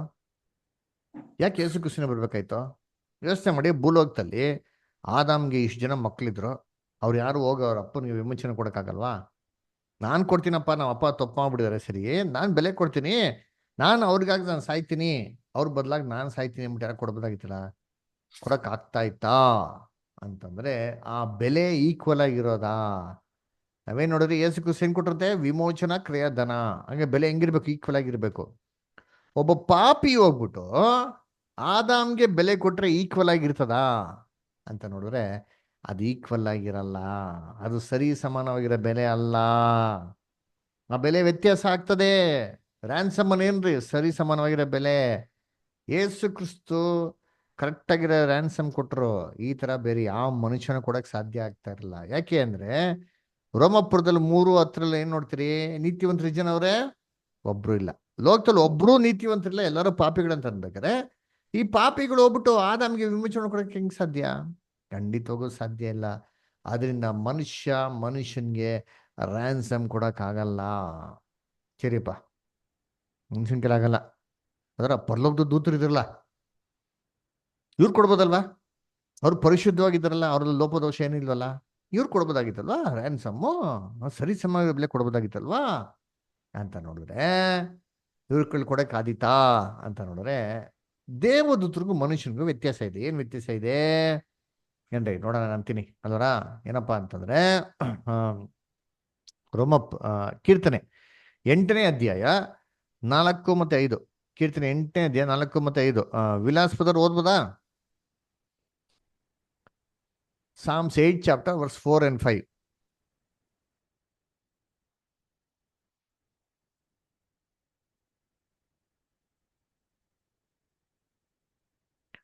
ವಿಲಾಸ್ಪದರ್. ಮನುಷ್ಯನು ಎಷ್ಟು ಮಾತ್ರದವನು, ಅವನನ್ನು ನೀನು ಯಾಕೆ ನೆನೆಸಬೇಕು? ಮಾನವನು ಎಷ್ಟರವನು, ಅವನಲ್ಲಿ ಯಾಕೆ ಲಕ್ಷ್ಯವಿಡಬೇಕು? ಕಂಟಿನ್ಯೂ. ಅವನನ್ನು ದೇವದೂತರಿಗಿಂತ ಸ್ವಲ್ಪವೇ ಕಡಿಮೆಯಾಗಿ ಮಾಡಿದೆಯಲ್ಲ, ಪ್ರಭಾವವನ್ನು ಮಾನವನ್ನು ಅವನಿಗೆ ಕಿರೀಟವಾಗಿ ಇಟ್ಟಿ. ನೋಡ್ರ ಎಷ್ಟು ಕ್ಲೀನಾಗಿ ಹೇಳ್ತಾರೆ ನೋಡ್ತೀನಿ. ಅದರ ಮನುಷ್ಯನ ಹೆಂಗ್ ಸೃಷ್ಟಿ ಮಾಡುತ್ತೆ?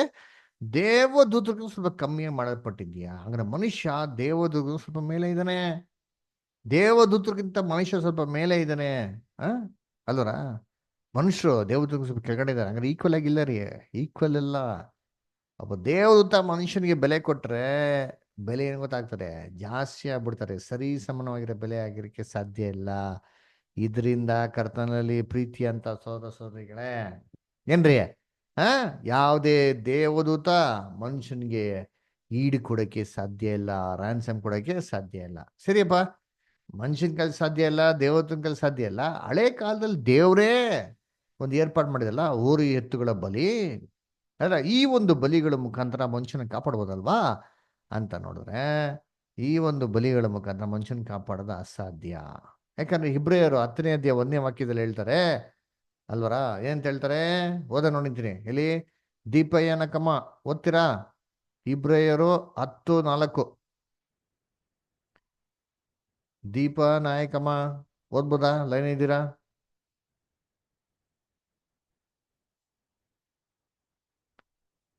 ಓಕೆ. ಡ್ಯಾನಿಯಲ್ ಬ್ರದರ್ ಓದ್ಬೋದಾ? ತಾವು ಬೈಬಲ್ ಓದ್ತೀರಾ? ಸರಿ, ಓದಿ ಶ್ವೇತಾ ಅಷ್ಟರ್.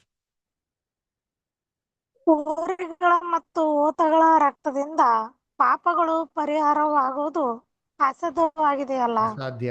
ನೋಡ್ರ ಏನ್ರಿ? ಹೋರಿ ಮತ್ತು ಎತ್ತುಗಳ ರಕ್ತದ ಮುಖಾಂತರ ಪಾಪಗಳು ಪರಿಹಾರ ಆಗೋದು ಅಸಾಧ್ಯ. ಹಾಗಾದ್ರೆ ಇದ್ರಲ್ಲಿ ಇಂಪಾಸಿಬಲ್ ರೀ.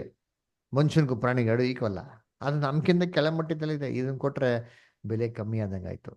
ಯಾವುದೇ ಕಾರಣಕ್ಕೂ ಮನುಷ್ಯನ ವಿಮೋಚನೆ ಸಾಧ್ಯ ಇಲ್ಲ. ಯಾವಾಗ ಯಾವ ಆಪ್ಷನ್ ಇರ್ಲಿಲ್ವೋ ಅವಾಗ ಹೆಂಗ್ ಗೊತ್ತಾ ಮಾಡಿದ್ರು? ಪರಲೋಕದಿಂದ ಯೇಸು ಕ್ರಿಸ್ತು ಬಂದೇ 2ನೇ ಆದಾಮಾಗಿ ಬಂದು ಏನ್ ಮಾಡಿದ್ರು? ನಮಗಾಗಿ ವಿಮೋಚನಾ ಕ್ರಯಧನನ ಕೊಟ್ರು. ನೋಡಿ, ವಾಕ್ಯ ಇದೆ, ಎಲ್ಲಿದೆ? ಇಬ್ರಿಯ ಬರೆದ ಪತ್ರಿಕೆ 2ನೇ ಅಧ್ಯಾಯ 9ನೇ ವಾಕ್ಯ. ನಿರ್ಮಲಾ ಸಿಸ್ಟರ್ ಓದ್ಬೋದಾ? Hebrews 2:9. Okay first. ಆದರೂ ದೇವದೂತರಿಗಿಂತ ಸ್ವಲ್ಪ ಕಡಿಮೆಯಾಗಿ ಮಾಡಲ್ಪಟ್ಟ ಒಬ್ಬಾತನು, ಅಂದರೆ ಯೇಸುವು ಪ್ರಭಾವವನ್ನು ಮಾನವನ್ನು ಕಿರೀಟವಾಗಿ ಹೊಂದಿರುವುದನ್ನು ನಾವು ನೋಡುತ್ತೇವೆ. ಮೃತಪಟ್ಟವರಿಂದಲೇ ಮಾನ ಪ್ರಭಾವಗಳನ್ನು ಹೊಂದಿದನು.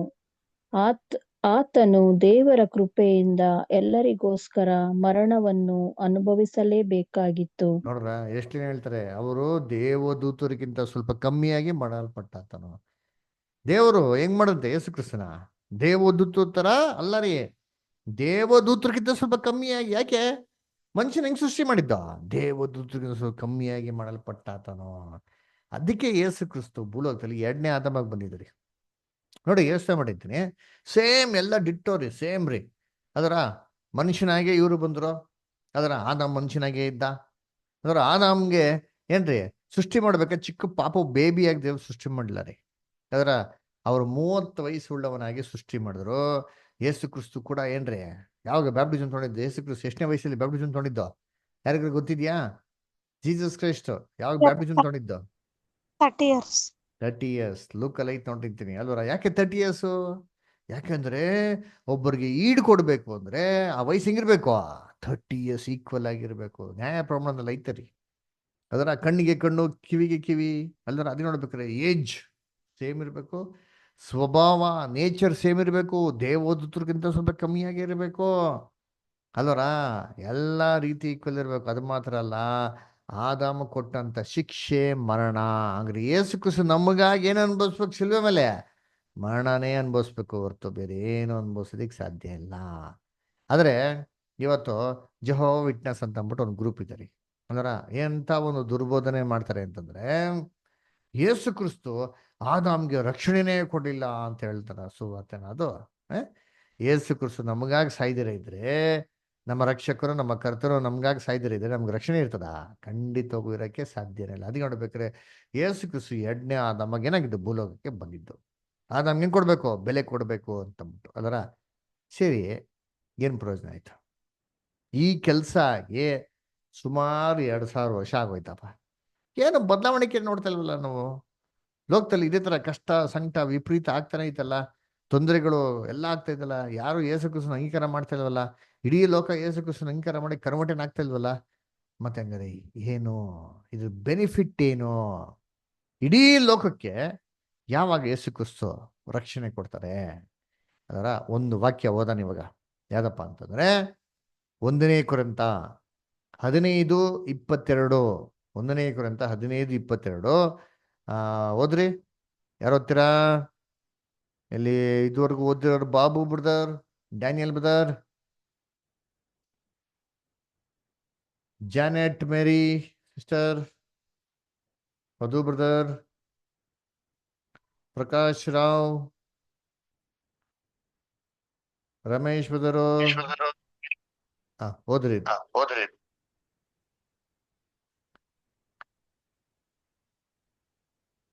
ದೀಪಾ ಸಿಸ್ಟರ್ ಓದಿ. ಯಾವ ಪ್ರಕಾರ ಆದಾಮನ ಸಂಬಂಧದಿಂದ ಎಲ್ಲರೂ ಸಾಯೋರಾದರೂ, ಅದೇ ಪ್ರಕಾರ ಕ್ರಿಸ್ತನ ಸಂಬಂಧದಿಂದ ಎಲ್ಲರೂ ಜೀವಿತರಾಗುವವರು.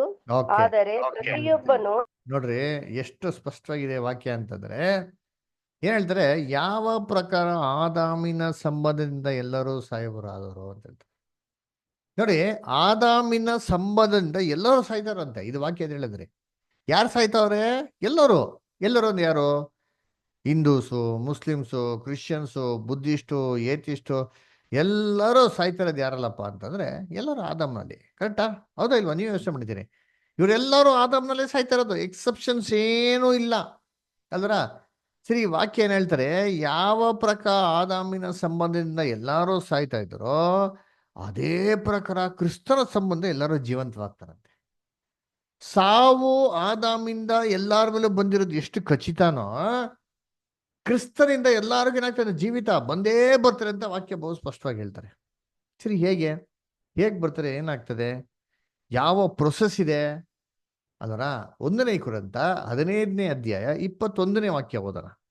1 ಕೊರಿಂಥ 15:21 ಹೇಗೆ? ಓದಿ ನಂಗೆ ಸಂಬಂಧ. ಮನುಷ್ಯನ ಮೂಲಕ ಮರಣವು ಉಂಟಾದ ಕಾರಣ ಮನುಷ್ಯನ ಮೂಲಕ ಸತ್ತವರಿಗೆ ಪುನರುತ್ಥಾನ ಉಂಟಾಗುವುದು. ನೋಡ್ರ, ಮನುಷ್ಯನ ಮೂಲಕ ಮರಣವು ಉಂಟಾದ ಕಾರಣ ಮನುಷ್ಯನ ಮೂಲಕವೇ ಸತ್ತವರಿಗೆ ಪುನರುತ್ಥಾನ ಆಗುವುದು. ಹೆಂಗೆ ಒಬ್ಬ ಮನುಷ್ಯನಂತ ಆದಾಮ ಮುಖಾಂತರ ಮರಣ ಬಂತೋ, ಇದೇ ತರ ಇನ್ನೊಬ್ಬ ಮನುಷ್ಯ ಅಂತ ಯೇಸು ಕ್ರಿಸ್ತನ ಮುಖಾಂತರ ಎಲ್ಲಾರ್ಗು ಪುನರುತ್ಥಾನ ಇದೆ ಅಂತೀರಿ. ಪುನರುತ್ಥಾನ ಏನಪ್ಪ ಇದು? ಪುನರುತ್ಥಾನ ಅಂದ್ರೆ ಪುನರ್ಜನ್ಮ ಅಲ್ಲ ರೀ. ಅದರ ಏನ್ರಿ ಪುನರ್ಜನ್ಮ ಏನ್ರಿ? ಯಾರೋ ಒಂದು ಜನ್ಮದಲ್ಲಿ ಹೆಂಗೋ ಇದ್ದೆ, ಈ ಜನ್ಮದಲ್ಲಿ ಏನೋ ಆಗ್ಬಿಟ್ಟಿದೀನಿ ಅಂತ. ಸರಿ, ಈ ಜನ್ಮದಲ್ಲಿ ಬರ್ಬೇಕಾದ್ರೆ ಓ ಜನ್ಮದಲ್ಲಿ ಏನಿದೆ ಜ್ಞಾಪಕ ಇದೆ ತಾನೆ? ಜ್ಞಾಪಕ ಇದ್ರೆ ಏನೋ ಕರೆಕ್ಷನ್ ಮಾಡ್ಕೊಳಕ್ಕೆ ಯೂಸ್ ಆಗ್ತದೆ. ಜ್ಞಾಪಕನೇ ಇಲ್ಲ ಅಂತಂದ್ರೆ ಓ ಜನ್ಮದ ಬಗ್ಗೆ ನಂಗೆ ಏನೋ ಪ್ರಯೋಜನ ಇಲ್ಲ ಅಂತಂದ್ರೆ ಏನು ನಂಗೆ ಬೆನಿಫಿಟ್? ಬೈಬಲ್ ಪುನರ್ಜನ್ಮ ಮಾಡಲ್ಲ, ಪುನರುತ್ಥಾನ ಅಂತ ಹೇಳ್ತಾರೆ. ಪುನರುತ್ಥಾನ ಏನ್ರಿ? ಯಾವ ಮನುಷ್ಯರು ಹೇಗೆಲ್ಲ ಸತ್ತೋದ್ರೋ ಇವರೆಲ್ಲರೂ ಜೀವಂತವಾಗಿ ಬರ್ತಾರೆ. ಯಾರಪ್ಪ ಜೀವಂತವಾಗಿ ಬರ್ತಾರೆ? ಬರೀ ಕ್ರೈಸ್ತವರ ಅಂತಂದ್ರೆ ಇಲ್ಲ ರೀ. ಈ ವಾಕ್ಯ ಏನ್ ಹೇಳ್ತಾರೆ? ಆ ಎಲ್ಲಾರು ಆದಾಮ್ನಲ್ಲಿ ಸಾಯೋ ಪ್ರಕಾರ ಕ್ರಿಸ್ತನ್ ಎಲ್ಲಾರು ಜೀವಂತವಾಗಿ ಬರ್ತಾರೆ. ಹಾಗಾದ್ರೆ ಆದಾಮ್ನಲ್ಲಿ ಯಾರು ಸಾಯ್ತಾ ಇದ್ರು ಅಂತ ನೋಡಿದ್ರಿ? ಬರೀ ಕ್ರಿಶ್ಚಿಯನ್ಸ್ ಅಂದ್ರೆ ಇಲ್ಲ ರೀ. ಹಿಂದೂಸು, ಮುಸ್ಲಿಮ್ಸು, ಸಿಖ್, ಬುದ್ಧಿಸ್ಟು, ಅವಿಶ್ವಾಸಿ ಕೂಡ. ಅಂದ್ರೆ ಕ್ರಿಸ್ತನಲ್ಲಿ ಯಾರು ಜೀವಂತರಾಗಬೇಕು? ಬರೀ ಕ್ರೈಸ್ತವ್ರು ಮಾತ್ರನಾ? ನೋ. ಅಂದ್ರ ಹಿಂದೂಸ್, ಮುಸ್ಲಿಮ್ಸ್, ಬುದ್ಧಿಸ್ಟ್, ಏಥಿಸ್ಟ್ ಎಲ್ಲರ ಲೋಕದ ಪ್ರತಿಯೊಬ್ಬ ಮನುಷ್ಯರು ಕೂಡ ಏನಾಗಬೇಕು? ಜೀವಂತರಾಗಬೇಕು. ಅಲ್ಲರ ಮರಣದಿಂದ ಪುನರುತ್ಥಾನ ಏನ್ ಬರಬೇಕು? ಬರಬೇಕು. ಇದಕ್ಕೆ ರಿಸರಕ್ಷನ್ ಅಂತ ಹೇಳೋದು. ಪುನರುತ್ಥಾನ, ಸತ್ತವರೆಲ್ಲ ಎದ್ದು ಬರೋದು ಅಂದ್ಬಿಟ್ಟು. ಅದರ ವಾಕ್ಯ ನೋಡಿ ಒಂದು ಅಪೊಸ್ತಲ ಕೃತ್ಯಗಳು 24:15. ಅಪೊಸ್ತಲ ಕೃತ್ಯಗಳು 24:15. ವಿಲಾಸಪದರ್ ಓದಿ.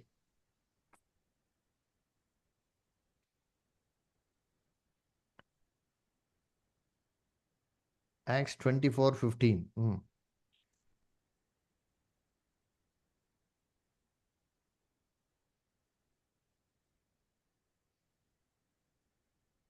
ಮಗು ಬಿಡ್ದಲ್ಲ ನನ್ನ. ಓಕೆ, ಸರಿ. ಬೇರೆ ಓದ್ತೀರಾ ಬ್ರದರ್ಸ್ ಸಿಸ್ಟರ್ಸ್?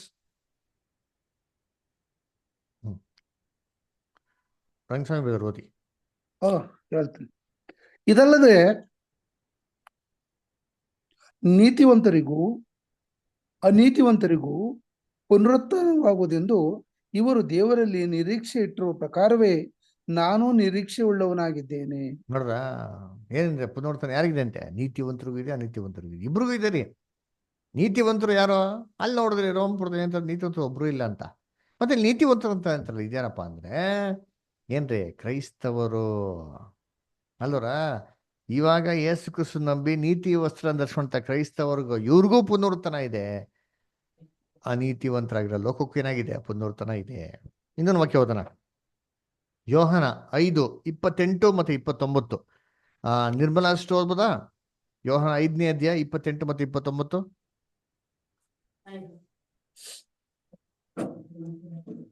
Okay pastor. ಹಾ,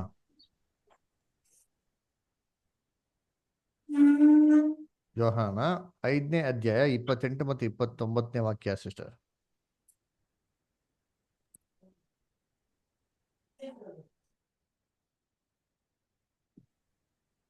ಅದಕ್ಕೆ ಆಶ್ಚರ್ಯಪಡಬೇಡಿರಿ. ಸಮಾಧಿಗಳಲ್ಲಿರುವವರೆಲ್ಲರೂ ಆತನ ಧ್ವನಿಯನ್ನು ಕೇಳಿ ಎದ್ದು ಹೊರಗೆ ಬರುವ ಕಾಲ ಬರುತ್ತದೆ. ಒಳ್ಳೆಯದನ್ನು ಮಾಡಿದವರಿಗೆ ಜೀವಕ್ಕಾಗಿ ಪುನರುತ್ಥಾನವಾಗುವುದು, ಕೆಟ್ಟದ್ದನ್ನು ನಡೆಸಿದವರಿಗೆ ತೀರ್ಪಿಗಾಗಿ ಪುನರುತ್ಥಾನವಾಗುವುದು. ನೋಡ್ರ ಎಷ್ಟು ಕ್ಲೀನಾಗಿ ಹೇಳ್ತಾರೆ ಅಂತಾನೆ. ಏನಂತಾರೆ? ಆಶ್ಚರ್ಯ ಪಡಬೇಡಿರಿ, ಸಮಾಧಿ ಮುಳುಗಿರು ಎಲ್ಲರೂ ಎದ್ಬಿಟ್ರಿ. ಎಲ್ಲರೂ ಅದೇ ಜಾತಿ ಗೀತಿ ಭೇದ ಭಾವ ಕೊಟ್ಟಿದ್ಯಾ? ಇಲ್ಲ ರೀ, ಎಲ್ಲರೂ ಎದ್ಬೋತಾರಂತೆ. ಒಳ್ಳೇದ್ ಮಾಡಿದವರು ಜೀವಕ್ಕಾಗಿ ಪುನರುತ್ಥಾನ, ಕೆಟ್ಟದ್ ಮಾಡಿದವರು ತೀರ್ಪಿಗಾಗಿ ಪುನರುತ್ಥಾನ ಅಂತ ಹೇಳ್ತಾರೆ. ಹಂಗಾರೆ ಒಳ್ಳೆಯವರು ಇದ್ದಾರೆ, ಕೆಟ್ಟವರು ಇದ್ದಾರೆ. ಇದು ಯಾರು ಒಳ್ಳೆಯವರು, ಇದು ಯಾರು ಕೆಟ್ಟವರು? ಅಲ್ದ್ರ ಒಳ್ಳೆಯವ್ರು ಯಾರು ಇಲ್ಲ ಬಿಟ್ಟು ಯೇಸು ಕ್ರಿಸ್ತ ಬಿಟ್ಟು ದೇವ್ರು ಬಿಟ್ಟ ಬೇರೆ ಯಾರು ಒಳ್ಳೆಯವ್ರಿಲ್ಲ ಅಂತ. ಹಂಗಾರೆ ಒಳ್ಳೆಯವ್ರು ಯಾರಪ್ಪ ಅಂದ್ರೆ ಇವಾಗ ಯೇಸು ಕ್ರಿಸ್ತನ್ ನಂಬಿ ಅಲ್ಲಿ ಇಲ್ಲಿ ಒಳ್ಳೆ ಕೆಲಸಗಳು ಮಾಡ್ತಾರೆ ಗೊತ್ತಾ? ಆ ಕ್ರೈಸ್ತವರುಗಳು. ಅದನ್ನೇ ಅಪೊಸ್ತಲ ಕೃತ್ಯಗಳೇ ನೀತಿವಂತರು ಅಂತ ಹೇಳಿದ್ದು. ಈ ಒಳ್ಳೆಯವರು ನೀತಿವಂತರು ಇಬ್ರು ಏನಾಗ್ತಾರೆ ಅಂತಾರೆ? ಇವರ ಕ್ರೈಸ್ತವರುಗಳು. ಇವರೆಲ್ಲರಿಗೂ ಪುನರುತ್ಥಾನ ಇರುತ್ತೆ. ಅದೇ ಥರ ಅನೀತಿವಂತರು ಮತ್ತೆ ಕೆಟ್ಟವರು ಅಂತಂದ್ರೆ ಯೇಸು ಕ್ರಿಸ್ತನ್ ಇವಾಗ ನಂಬ್ದಿರೋರು, ಇವ್ರಿಗೂ ಕೂಡ ಏನಿದೆ? ಪುನರುತ್ಥಾನ ಇದೆ ಅಂತೆ. ಏನಕ್ಕೆ? ಅಲ್ಲೇನಾಗ್ಬಿಡ್ತು ಅಂದ್ರೆ ತೀರ್ಪು ಅಂತ ಹಾಕ್ಬಿಟ್ರು. ಅದಕ್ಕೆಲ್ಲ ಏನ್ ಮಾಡ್ತಾರೆ? ಬ್ರದರ್ ಎಲ್ಲಾರು ಎದ್ಬೋತಾರೆ, ಅವ್ರಿಗೆ ನ್ಯಾಯ ತೀರ್ಪು ಆಗ್ತದೆ. ಹೆಂಗಪ್ಪ ನ್ಯಾಯ ತೀರ್ಪು ಆಗ್ತಾರೆ ಅಂತಂದ್ರೆ ಎಲ್ಲಾ ಸತ್ ಮೇಲೆ ಪರಲೋಕಕ್ಕೆ ಹೋಗ್ತಾರೆ. ಅಲ್ಲಿ ಜೀವ ಬದಿರೋ ಪಟ್ಟಿ ಇರ್ತಾರೆ ಯೇಸು ಕ್ರಿಸ್ತ ಮುಂದ್ಗಡೆ. ಯೇಸು ಕ್ರಿಸ್ತ ಪಟ್ಟಿ ಪ್ರಕಾರ ಎಲ್ಲಾರ್ಗೂ ತೀರ್ಪು ಮಾಡ್ತಾರೆ. ಕೆಟ್ಟ ಕೆಲಸ ಮಾಡಿದರೆ ಅದನ್ನ ನರಕಕ್ಕೆ ಹಾಕ್ತಾರೆ, ಚಿತ್ರಹಿಂಸೆ ಕೊಡ್ತಾರೆ, ವೇದನೆ ಕೊಡ್ತಾರೆ. ಅದರ ಆದ್ರೆ ಅವ್ರೇನೋ ಒಳ್ಳೆ ಕೆಲಸ ಮಾಡಿದ್ರೆ ಅವ್ರು ಎಲ್ಗೂ ಹೋಗ್ತಾರೆ, ಪರಲೋಕ ಹೋಗ್ತಾರೆ. ಅವ್ರಿಗೇಂತಾರೆ ಯುಗ ಯುಗಾಂತರಲ್ಲಿ ಅಲ್ಲಿ ಪರದೇಶದಲ್ಲಿ ಇರ್ತಾರೆ ಅಂತ ಹೇಳ್ತಾರೆ. ಸೊ ನ್ಯಾಯ ತೀರ್ಪು ಅಂದ್ರೆ ಸಾಮಾನ್ಯವಾಗಿ ಇದೆ ಅಭಿಪ್ರಾಯ. ಏನ್ರಿ? ಜೀವ ಬಾಧ್ಯರ ಪಟ್ಟಿ ತೆಗೆಯೋದು, ಪಾಪ ಕೃತ್ಯಗಳ ತಕ್ಕಂತೆ ಶಿಕ್ಷೆಗಳು ಕೊಡೋದು, ಒಳ್ಳೆ ಕೃತ್ಯಗಳ ತಕ್ಕಂತೆ ಏನ್ ಮಾಡೋದು ಅವ್ರಿಗೆ? ಪರಲೋಕ ಅಥವಾ ನರಕ. ಸರಿ ಅಲ್ವರಾ? ಇವಾಗ ನಮ್ಮೆಲ್ಲಾ ಪಾಪಗಳಿಗೆ ಯಾರು ದಂಡನೆ ಅನುಭವಿಸಿದ್ರು ಅಂದ್ರೆ ನಮ್ಮ ರಕ್ಷಕ ಅಂತ ಯೇಸು ಕ್ರಿಸ್ತ ಅನುಭವಿಸಿದ್ರು. ಅದರ ವಾಕ್ಯ ಓದೋಣ. ಏಷಯ 53:5 ಓದ್ರಿ, ರಂಗಸ್ವಾಮಿ ಬದರ್ ಓದ್ರಿ. ಏಷಯ 53:5. ನಮ್ಮ ದ್ರೋಹಗಳ ದೆಸೆಯಿಂದ ಅವನಿಗೆ ಗಾಯವಾಯಿತು, ನಮ್ಮ ಅಪರಾಧಗಳ ನಿಮಿತ್ತ ಅವನು ಜಜ್ಜಲ್ಪಟ್ಟನು, ನಮಗೆ ಸುಕ್ಷೇಮವನ್ನುಂಟು ಮಾಡುವ ದಂಡನೆಯನ್ನು ಅವನು ಅನುಭವಿಸಿದನು, ಅವನ ಬಾಸುಂಡೆಗಳಿಂದ ನಮಗೆ ಗುಣವಾಯಿತು. ನೋಡ್ರ ಎಷ್ಟು ಕ್ಲೀನ್ ಆಗಿದೆ ಅಂತಾನೆ. ನಮ್ಮ ದ್ರೋಹಗಳ ದೆಸೆಯಿಂದ ಆತನಿಗೆ ಏನಾಯ್ತಂತೆ, ಪೆಟ್ಟಾಯ್ತು. ಆತನ ಬಾಸುಂಡೆಗಳಿಂದ ನಾವೇನಾಗಿದೆ ಅಂತೆ, ಗುಣ ಹೊಂದಿದ್ದೀರಿ ಅಂತೇಳಿ ಯೋಚನೆ ಮಾಡಿರ್ತೀನಿ. ಆತನ ಬಾಸುಂಡೆಗಳು ನಮಗೆ ಏನ್ ಕೊಡ್ಬೇಕಾಗಿತ್ತೋ ದಂಡನೆ, ಯೋಗ್ಯವಾದ ದಂಡನೆ, ಇದನ್ನೆಲ್ಲ ದೇವ್ರು ಯಾರು ಕೊಟ್ರಂತೆ? ಯೇಸು ಕ್ರಿಸ್ತು ಕೊಟ್ಬಿಟ್ರಂತೆ. ಹಾಗ ನಮಗೆ ಅನ್ಭವಿಸ್ಬೇಕಾದ್ರೆ, ನಾವೆಲ್ಲ ಅನ್ಭವಿಸ್ಬೇಕಾಗತ್ತಲ್ಲ, ಯಾರು ಅನ್ಭವಿಸ್ಬಿಟ್ರ? ಕ್ರಿಸ್ತರು ಅನ್ಭವಿಸ್ಬಿಟ್ರಿ. ಯೋಚನೆ ಮಾಡ್ರಿ, ನನಗೆ ಬರ್ಬೇಕಂತ ಎಲ್ಲಾ ಶಿಕ್ಷೆಗಳನ್ನ ಅವ್ರು ಅನುಭವಿಸಿದ್ಮೇಲೆ ನಮ್ಮನ್ನೇನ್ ಮಾಡ್ಬೇಕು? ನಮ್ಮನ್ನು ಬಿಟ್ಬಿಡ್ಬೇಕಲ್ವಾರ? ಅದರ ಬಿಟ್ಬಿಡ್ತಾನೆ. ಅದೇ ತರ ನ್ಯಾಯ, ಅದೇ ತರ ನ್ಯಾಯ ತೀರ್ಪು ಅಂತಂದ್ರೆ ಕರೆಕ್ಟಾ? ನೋಡಿ, ಇವಾಗ ನಾನ್ ಮಾಡಿದ ತಪ್ಪಿಗೆ ಅವ್ರಿಗೆ ಅನುಭವಿಸಿದ್ಮೇಲೆ ನಮ್ನೇನ್ ಮಾಡ್ಬೇಕು? ಬಿಟ್ಬಿಡ್ಬೇಕು. ನೋಡಿ, ಇವಾಗ ನಿಮ್ಗೆ ಇದನ್ನ ಅರ್ಥ ಆಗ್ಬೇಕು ಅನ್ನೋ ಒಂದು ಎಕ್ಸಾಂಪಲ್ ಹೇಳ್ತೀನಿ. ಈ ದುಬೈಲೆಲ್ಲ ಹೆಂಗಿದೆ ಅಂತಂದ್ರೆ, ಯಾರನ್ನ ಕಳ್ತನ ಮಾಡಿದ್ರೆ ನನ್ನ ಕೋರ್ಟ್ ಕಚೇರಿ ಅಂತೆಲ್ಲ ಮಾಡಲ್ಲ ರೀ, ಅಲ್ಲೇ ಸ್ಪಾಟ್, ಅಲ್ಲೇ ಜಜ್ಮೆಂಟ್ ರೀ, ಅಲ್ಲೇ ಜನಗಳು ಸೇರ್ತಾರೆ, ಅಲ್ಲೇ ಕಟ್ಕಟ್ಟೆ ಸೇರ್ಬಿಟ್ಟು ಅಲ್ಲೇ ತೀರ್ಪು ಕೊಡ್ತಾರೆ. 50 ಚಡಿ ಇಟ್ರಿ, ಹೆಂಗಿರ್ತದೆ ಚಡಿ ಐಟು ಅಂತಂದ್ರೆ ನಡಕ ಬಂದ್ಬಿಡ್ಬೇಕ್ರಿ ಅಲ್ವರ? ಏನ್ರಿ 50 ಚಡಿ ಅಡಿಗೆ ಏನೋ ಅದ್ರೋಗ್ಬಿಡ್ಬೇಕ್ರಿ, ಆ ಥರ ಇರ್ತಾರೆ ನೋಡಿ ಅಂತೀನಿ. ಯೋಚನೆ ಮಾಡಿ, ಇವಾಗ ನಾನು ದುಬೈಲಿದ್ದೀನಿ, ನಾನು ತಪ್ಪು ಮಾಡ್ಬಿಟ್ಟಿದ್ದೀನಿ, ನನಗೆ 50 ಚಡಿ ಇಟ್ಕೊಡ್ಬೇಕ್ರಿ. ಯೋಚನೆ ಮಾಡ್ರಿ, 50 ಚಡಿ ಇಟ್ಬಿಟ್ರೆ ಇದ್ದೀನಿ, 5 ಏಟಿಗೆ ನಾನು ಸತ್ತೇ ಹೋಗ್ಬಿಡ್ತೀನಿ. ಅಂಥ ಸಂದರ್ಭದಲ್ಲಿ ನನ್ನ ಜೊತೆಗೆ ಯಾರೋ ಒಬ್ರು ಬ್ರದರ್ ಇದ್ದಿ, ಎಕ್ಸಾಂಪಲ್ ರಂಗಸ್ವಾಮಿ ಬ್ರದರೇ ತಗೊಳ್ಳಿ. ಸರ್, ಅವ್ರು ತುಂಬ ವೀಕ್ ಆಗಿದ್ದಾರೆ ಸರ್, ಅವ್ರು ಕೊಡ್ಬೇಡಿ ಸರ್, ಅದ್ರ ಬದಲಾಗಿ 50 ಚಡಿ ಇಟ್ಟು ನನಗೆ ಕೊಡಿ ಸರ್ ಅಂತ ಅಂದ್ಬಿಟ್ಟು ನನಗೆ ಬರ್ಬೇಕಂತ 50 ಚಡಿ ಇಟ್ಟನ್ನ ಅವ್ರು ತಗೊಂಡ್ಬಿಟ್ರೆ ಅವ್ರು ನನ್ನೇನು ಮಾಡಬೇಕು? ನನ್ನ ಬಿಡುಗಡೆ ಮಾಡ್ಬಿಡ್ಬೇಕು. ರಂಗಸ್ವಾಮಿ ಬ್ರದರ್ಗೆ 50 ಕೊಟ್ಟಿವಿ, ನಾನು ತಿರ್ಗಪ್ಪ ರಾಜು ನಿಂಗೆ 50 ಕೊಡ್ತೀನಿ, ನ್ಯಾಯನಾ? ಅದು ನ್ಯಾಯವಾದ ತೀರ್ಪಲ್ಲ ರೀ, ಅದು ಅನ್ಯಾಯದ ತೀರ್ಪಾಗ್ಬಿಡ್ತದೆ. ಕರ್ತನಲ್ಲಿ ಪ್ರೀತಿ ಅಂತ ಸಹೋದರ ಸಹೋದರಿಯರೇ, ಇದೇ ಯೇಸು ಕ್ರಿಸ್ತು ನಮಗಾಗೆಲ್ಲ ಅನುಭವಿಸಿದ್ದಾರೆ. ಎಲ್ಲ ಅನುಭವಿಸಿದ್ಮೇಲೆ ತಿರ್ಗಾ ನಮ್ಮನ್ನ ಕ್ಯೂನಲ್ಲಿ ನಿಲ್ಲಿಸ್ಬಿಟ್ಟು ನೀ ತಪ್ಪು ಮಾಡಿದೆ, ನೀ ಆ ಪಾಪ ಮಾಡಿದೆ, ಅದನ್ನ ನಿಂಗೆ ಶಿಕ್ಷೆ ಕೊಡ್ತೀನಿ ಅಂತ ಹೇಳೋದು ನ್ಯಾಯ ತೀರ್ಪ? ಅದು ನ್ಯಾಯ ತೀರ್ಪಲ್ಲ ರೀ, ಅನ್ಯಾಯದ ತೀರ್ಪ ಆಗ್ಬಿಡ್ತದೆ. ಬೈಬಲ್ ಓದ್ರೆ ಏನ್ ಹೇಳ್ತಾರೆ ಓದೋಣ. ಯೋಹಾನ 3ನೇ ಅಧ್ಯಾಯ 16-17. John 3:16 and 17. ಶ್ವೇತಾ ಸಿಸ್ಟರ್ ಓದ್ಬೋದಾ? ಸ್ವರ್ಣಲತಾ ಸಿಸ್ಟರ್ ಓದ್ಬೋದಾ? ಪ್ರಕಾಶ್ ರಾವ್,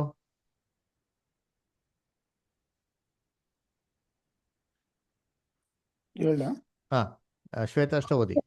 ಲೋಕದ ಮೇಲೆ ಎಷ್ಟೋ ಪ್ರೀತಿಯನ್ನಿಟ್ಟು ತನ್ನ ಒಬ್ಬನೇ ಮಗನನ್ನು ಕೊಟ್ಟನು, ಆತನನ್ನು ನಂಬುವ ಒಬ್ಬನಾದರೂ ನಾಶವಾಗದೆ ಎಲ್ಲರೂ ನಿತ್ಯ ಜೀವವನ್ನು ಪಡೆಯಬೇಕೆಂದು ಆತನನ್ನು ಕೊಟ್ಟನು. ನೋಡ್ರ ಏನ್ರಿ ಹೇಳ್ತಾರೆ, ಎಷ್ಟು ಹೇಳ್ತಿರ್ತೀನಿ, ಒಬ್ರು ನಾಶ ಆಗ್ಬಾರ್ದ್ರಿ, ಅದರ ಏನ್ರಿ ಎಲ್ಲಾರು ಏನು ನಿತ್ಯ ಜೀವನ ಬೇಕು ಅಂತ ಕೊಟ್ರಂತೆ. ನೆಕ್ಸ್ಟ್ ಮುಂದಕ್ಕೆ ಓದಿ ಇಷ್ಟ, ನೆಕ್ಸ್ಟ್ ಕಂಟಿನ್ಯೂ ಮಾಡಿ ಹಂಗೆ. ಆಮೇಲೆ ದೇವರು ತನ್ನ ಮಗನ ಮುಖಾಂತರ ಲೋಕಕ್ಕೆ ರಕ್ಷಣೆ ಆಗಬೇಕೆಂದು ಆತನನ್ನು ಕಳಿಸಿಕೊಟ್ಟನೆ ಹೊರತು ತೀರ್ಪು ಮಾಡೋದಕ್ಕಾಗಿ ಕಳಿಸಲಿಲ್ಲ. ನೋಡ್ರ ಎಷ್ಟು ಹೇಳ್ತಾರೆ, ಕೊಡ್ಸ್ಕೊಟ್ಟಿದ್ದೇನಕ್ಕಂತೆ? ತೀರ್ಪು ಮಾಡಕ್ಕೆ ಅಲ್ಲ ರೀ, ಅಲ್ವರ? ಮತ್ತೆ ತೀರ್ಪನ್ನು ಏನು? ತೀರ್ಪನ್ನೇ ಪಾಠ ಇದೆ, ದೇವ್ರ ಚಿತ್ರ ನೋಡೋಣ. ಅದರ ಸರಿ, ಇಡೀ ಲೋಕಕ್ಕೆ ರಕ್ಷಣೆ ಕೊಡೋದಕ್ಕೋಸ್ಕರ ಕಳಿಸಿದ ಹೊರತು ನ್ಯಾಯ ತೀರ್ಪಲ್ಲ ಅಂತ ಹೇಳ್ತಾರೆ. ಸರಿ, ಹಿಂಗೆ ರಕ್ಷಣೆ ಯಾವಾಗ ಇದು? ಈ ರಕ್ಷಣೆ ಯಾವಾಗಪ್ಪ ಅಂದ್ರೆ ಯೇಸು ಕ್ರಿಸ್ತು 2ನೇ ಬರುವಿಕೆಯಲ್ಲಿ. ನಮ್ಗೆಲ್ಲ ಚೆನ್ನಾಗಿ ಗೊತ್ತು, ನಾವೆಲ್ಲ ಕ್ರೈಸ್ತವರುಗಳು ಅಲ್ವರ? ಯೇಸು ಕ್ರಿಸ್ತು 2ನೇ ಬರುವಿಕೆಯಲ್ಲಿ ಬರ್ತಾರ ಇಲ್ವಾ? ಬರ್ತಾರೆ. ಭೂಲೋಕಕ್ಕೆ ಬಂದಿದ್ಮೇಲೆ ಯೇಸು ಕ್ರಿಸ್ತು 2ನೇ ಬರುವಿಕೆಯಲ್ಲಿ 1000 ವರ್ಷ ಆಳ್ವಿಕೆ ಮಾಡ್ತಾರೆ ಅಲ್ವರ? ಎಲ್ಲಿದೆ ವಾಕ್ಯ? ಪ್ರಕಟಣೆ 20ನೇ ಅಧ್ಯಾಯ 6ನೇ ವಾಕ್ಯ. ಯಾರಾದ್ರೂ ಓದ್ರಿ ಸೋದರಗಳೇ, ಪ್ರಕಟಣೆ 20ನೇ ಅಧ್ಯಾಯ 6ನೇ ವಾಕ್ಯ ಓದ್ರಿ. ಪ್ರಥಮ ಪುನರುತ್ಥಾನದಲ್ಲಿ ಸೇರುವವನು ಧನ್ಯನು, ಪರಿಶುದ್ಧನು ಆಗಿದ್ದಾನೆ. ಇಂಥರ ಮೇಲೆ 2ನೇ ಮರಣಕ್ಕೆ ಅಧಿಕಾರವಿಲ್ಲ. ಆದರೆ ಅವರು ದೇವರಿಗೂ ಕ್ರಿಸ್ತನಿಗೂ ಯಾಜಕರಾಗಿ ಕ್ರಿಸ್ತನೊಂದಿಗೆ 1000 ವರ್ಷ ಆಳುವರು. ನೋಡ್ರ, ಕ್ರಿಸ್ತನೊಂದಿಗೆ 1000 ವರ್ಷ ಆಳ್ವಿಕೆ ಮಾಡ್ತಾರೆ. ನೋಡ್ರ, ಕ್ರಿಸ್ತನ 1000 ವರ್ಷ ಆಳ್ವಿಕೆ ಮಾಡ್ತಾರ್ರಿ 2ನೇ ಬರುವಿಕೆಯಲ್ಲಿ ಬಂದು. ಸರಿ, 1000 ವರ್ಷ ಏನಪ್ಪ ಮಾಡ್ತಾರೆ? ಯೇಸು ಕ್ರಿಸ್ತು 1000 ವರ್ಷ ಆಳ್ವಿಕೆ ಮಾಡಿ ಏನ್ ಮಾಡ್ತಾರೆ ಅಂತಂದ್ರೆ, ಅವ್ರು ಮಾಡಂತ ಮೊದಲನೇ ಕೆಲಸ ಏನಂತಂದ್ರೆ ಸೇತಾನ್ನ ಕಟ್ಟಾಕ್ತಾರೆ. ಎಲ್ಲಿದೆ ವಾಕ್ಯ? ಅದೇ ಪ್ರಕಟಣೆ 20ನೇ ಅಧ್ಯಾಯ 1-3 ಹೇಳ್ತಾರೆ. ಓದ ನೋಡಿದ್ದೀನಿ. Revolution chapter 20 versus 1, 2 and 3. ಯಾರು ಓದ್ತೀರಾ? ಆಗ ಒಬ್ಬ ದೇವದೂತನು ಅಥೋ ಲೋಕದ ಬೀಗದ ಕೈಯನ್ನು ದೊಡ್ಡ ಸರಪಣಿಯನ್ನು ಕೈಯಲ್ಲಿ ಹಿಡಿದುಕೊಂಡು ಪರಲೋಕದಿಂದ ಇಳಿದು ಬರುವುದನ್ನು ಕಂಡೆನು. ಅವನು ಪಿಶಾಚನು ಸೈತಾನನು ಆಗಿರೋ ಪುರಾತನ ಸರ್ಪನೆಂಬ ಗಡಸರ್ಪ ನನ್ನ ಹಿಡಿದು 1000 ವರ್ಷ ಬಂಧನದಲ್ಲಿಟ್ಟನು. ಆ 1000 ವರ್ಷ ತೀರುವ ತನಕ ಸೈತಾನನು ಇನ್ನು ಜನಗಳನ್ನು ಮರಳುಗೊಳಿಸದ ಹಾಗೆ ದೇವದೂತನವನನ್ನ ಅಧೋಲೋಕದಲ್ಲಿ ದೊಬ್ಬಿ ಬಾಗಿಲು ಮುಚ್ಚಿ ಅದಕ್ಕೆ ಮುದ್ರೆ ಹಾಕಿದನು. ನೋಡ್ರ, ಇನ್ನೂ ಜನಗಳನ್ನ ಮರಳುಗೊಳಿಸದ ಹಾಗೆ ಏನ್ ಮಾಡದಂತೆ? ಅಧೋಲೋಕದಲ್ಲಿ ದಬ್ಬಿ ಬಾಗಿಲು ಮುಚ್ಚಿ ಮುದ್ರೆ ಹಾಕದ್ರಂತೆ. ಅಲ್ವರ? ಹಂಗಾರೆ ಏನರ್ಥ? ಕ್ರಿಸ್ತನ ಆಡಳಿತದಲ್ಲಿ ಸೇತಾನು ಜನಗಳನ್ನ ಮರಳುಗೊಳಿಸದ ಹಾಗೆ ಅವನ್ನ ಕಟ್ಟಾಕ್ತಾರೆ. ಅಂದ್ರೆ ಯಾಕೆ ಕಟ್ಟಾಕ್ಬೇಕು? ನೀವ್ ಹೇಳ್ಬೋದು, ಬ್ರದರ್ ಎಲ್ಲರೂ ಏನಾಗ್ಲಿ ಸತ್ಯ ಕೇಳಲಿ ಅಂತ ಕಟ್ಟಾಕ್ತಾರೆ. ಯಾಕೆ? ನೀವ್ ಹೇಳ್ಬೋದು, ಬ್ರದರ್ ಇವಾಗೇ ನಾವು ಎಷ್ಟು ಸತಿ ಸತ್ಯ ಹೇಳಿದ್ರೆ ಎಷ್ಟು ಜನ ಸತ್ಯ ಕೇಳಲ್ಲ, 1000 ವರ್ಷದಲ್ಲಿ ಕೇಳ್ತಾ ಅಂತ ಏನ್ ಬರೋದು ಗ್ಯಾರಂಟಿ? ಅಲ್ವರ? ಏನಕ್ಕಪ್ಪ ಇವಾಗ ಕೇಳ್ತಾ ಇಲ್ಲ ಅಂತ ಈ ಪ್ರಶ್ನೆಗೆ ಉತ್ತರ ಸತ್ಯವೇದಲ್ಲಿ ಮಾಡಕ್ ನಾವು ನೋಡ್ಬೇಕು. ಇವಾಗ ಜನಗಳು ಏನಕ್ಕೆ ಸತ್ಯ ಕೇಳ್ತಾ ಇಲ್ಲ ಗೊತ್ತಾ? ಯಾಕೆ ಅಂದ್ರೆ ಈ ಪ್ರಪಂಚದ ದೇವರು ಅವ್ರ ಕಣ್ಗಳನ್ನ ಮಂಕ್ ಮಾಡಿದಾನೆ. ನೋಡಿ, ವಾಕ್ಯ ಓದೋಣ. 2 ಕೊರಿಂಥ 4:4. ಶ್ವೇತ ಅಷ್ಟು ಓದಿ. 2 ಕೊರಿಂಥಿಯನ್ಸ್ 4:4. ಇವರಲ್ಲಿ ದೇವರ ಪ್ರತಿರೂಪವಾಗಿರುವ ಕ್ರಿಸ್ತನ ಪ್ರಭಾವವನ್ನು ತೋರಿಸುವ ಸುವಾರ್ತೆಯ ಪ್ರಕಾಶವು ಉದಯವಾಗಬಾರದೆಂದು ಈ ಪ್ರಪಂಚದ ದೇವರು ನಂಬಿಕೆ ಇಲ್ಲದವರ ಮನಸ್ಸನ್ನು ಮಂಕು ಮಾಡಿದನು. ನೋಡ್ರ, ನಂಬಿಕೆ ಇಲ್ಲದವರ ಮನಸ್ಸನ್ನು ಮಂಕ್ ಮಾಡೋದು ಈ ಪ್ರಪಂಚ ದೇವರು ಮಂಕ್ ಮಾಡೋಣಂತೆ. ಈ ಪ್ರಪಂಚ ದೇವ್ರು ಯಾರು? ಸೇತಾನ್ ನೋಡ್ರಿ ಅಂತೀನಿ. ಅವನೆಲ್ಲರ ಕಣ್ಗಳನ್ನ ಮಂಕ್ ಮಾಡೋಣಂತೀರಿ. ಅಲ್ವರ? ಅದಕ್ಕೆ ನೀವು ಎಷ್ಟೋಗಿ ಹೇಳಿದವನು ಕೇಳೋದಿಲ್ಲ. ಆದ್ರೆ ಕ್ರಿಸ್ತನು 2ನೇ ಬರಿಕೆಯಲ್ಲಿ ಬಂದ್ಮೇಲೆ ಏನ್ ಮಾಡ್ತಾರೆ? ಸೇತಾನ 1000 ವರ್ಷ ಕಟ್ಟಾಕ್ಬೇಕಾರೆ ಯಾರ್ಯಾರಿಗೆಲ್ಲ ಸೇತಾನ ಮಂಕ್ ಮಾಡಿದನೋ ಎಲ್ಲಾರ ಕಣ್ಗಳನ್ನ ತೆರೀತಾರೆ, ಸತ್ಯನ ತಿಳಿತರ ಮಾಡ್ತಾರೆ ಅಂತ ನೋಡ್ರಿ ಅಂತೀನಿ. ವಾಕ್ಯ ಓದನಂತೀನಿ. ಇವಾಗ ಓದ್ರಿ. ಫಸ್ಟ್ ಮೊದಲನೇ ಓದ್ರಲ್ಲ ಆಧಾರ ವಚನ, ಆ ವಾಕ್ಯದಲ್ಲಿ ಕೊಟ್ಟಿದೆ. ಓದನ. 1ನೇ ತಿಮೋತಿ 2ನೇ ಅಧ್ಯಾಯ 3-6. ಯಾರು ಓದ್ತೀರಾ? ರಮೇಶ್ ಬದರ್, ಡ್ಯಾನಿಯಲ್ ಬದರ್, ಮಧು,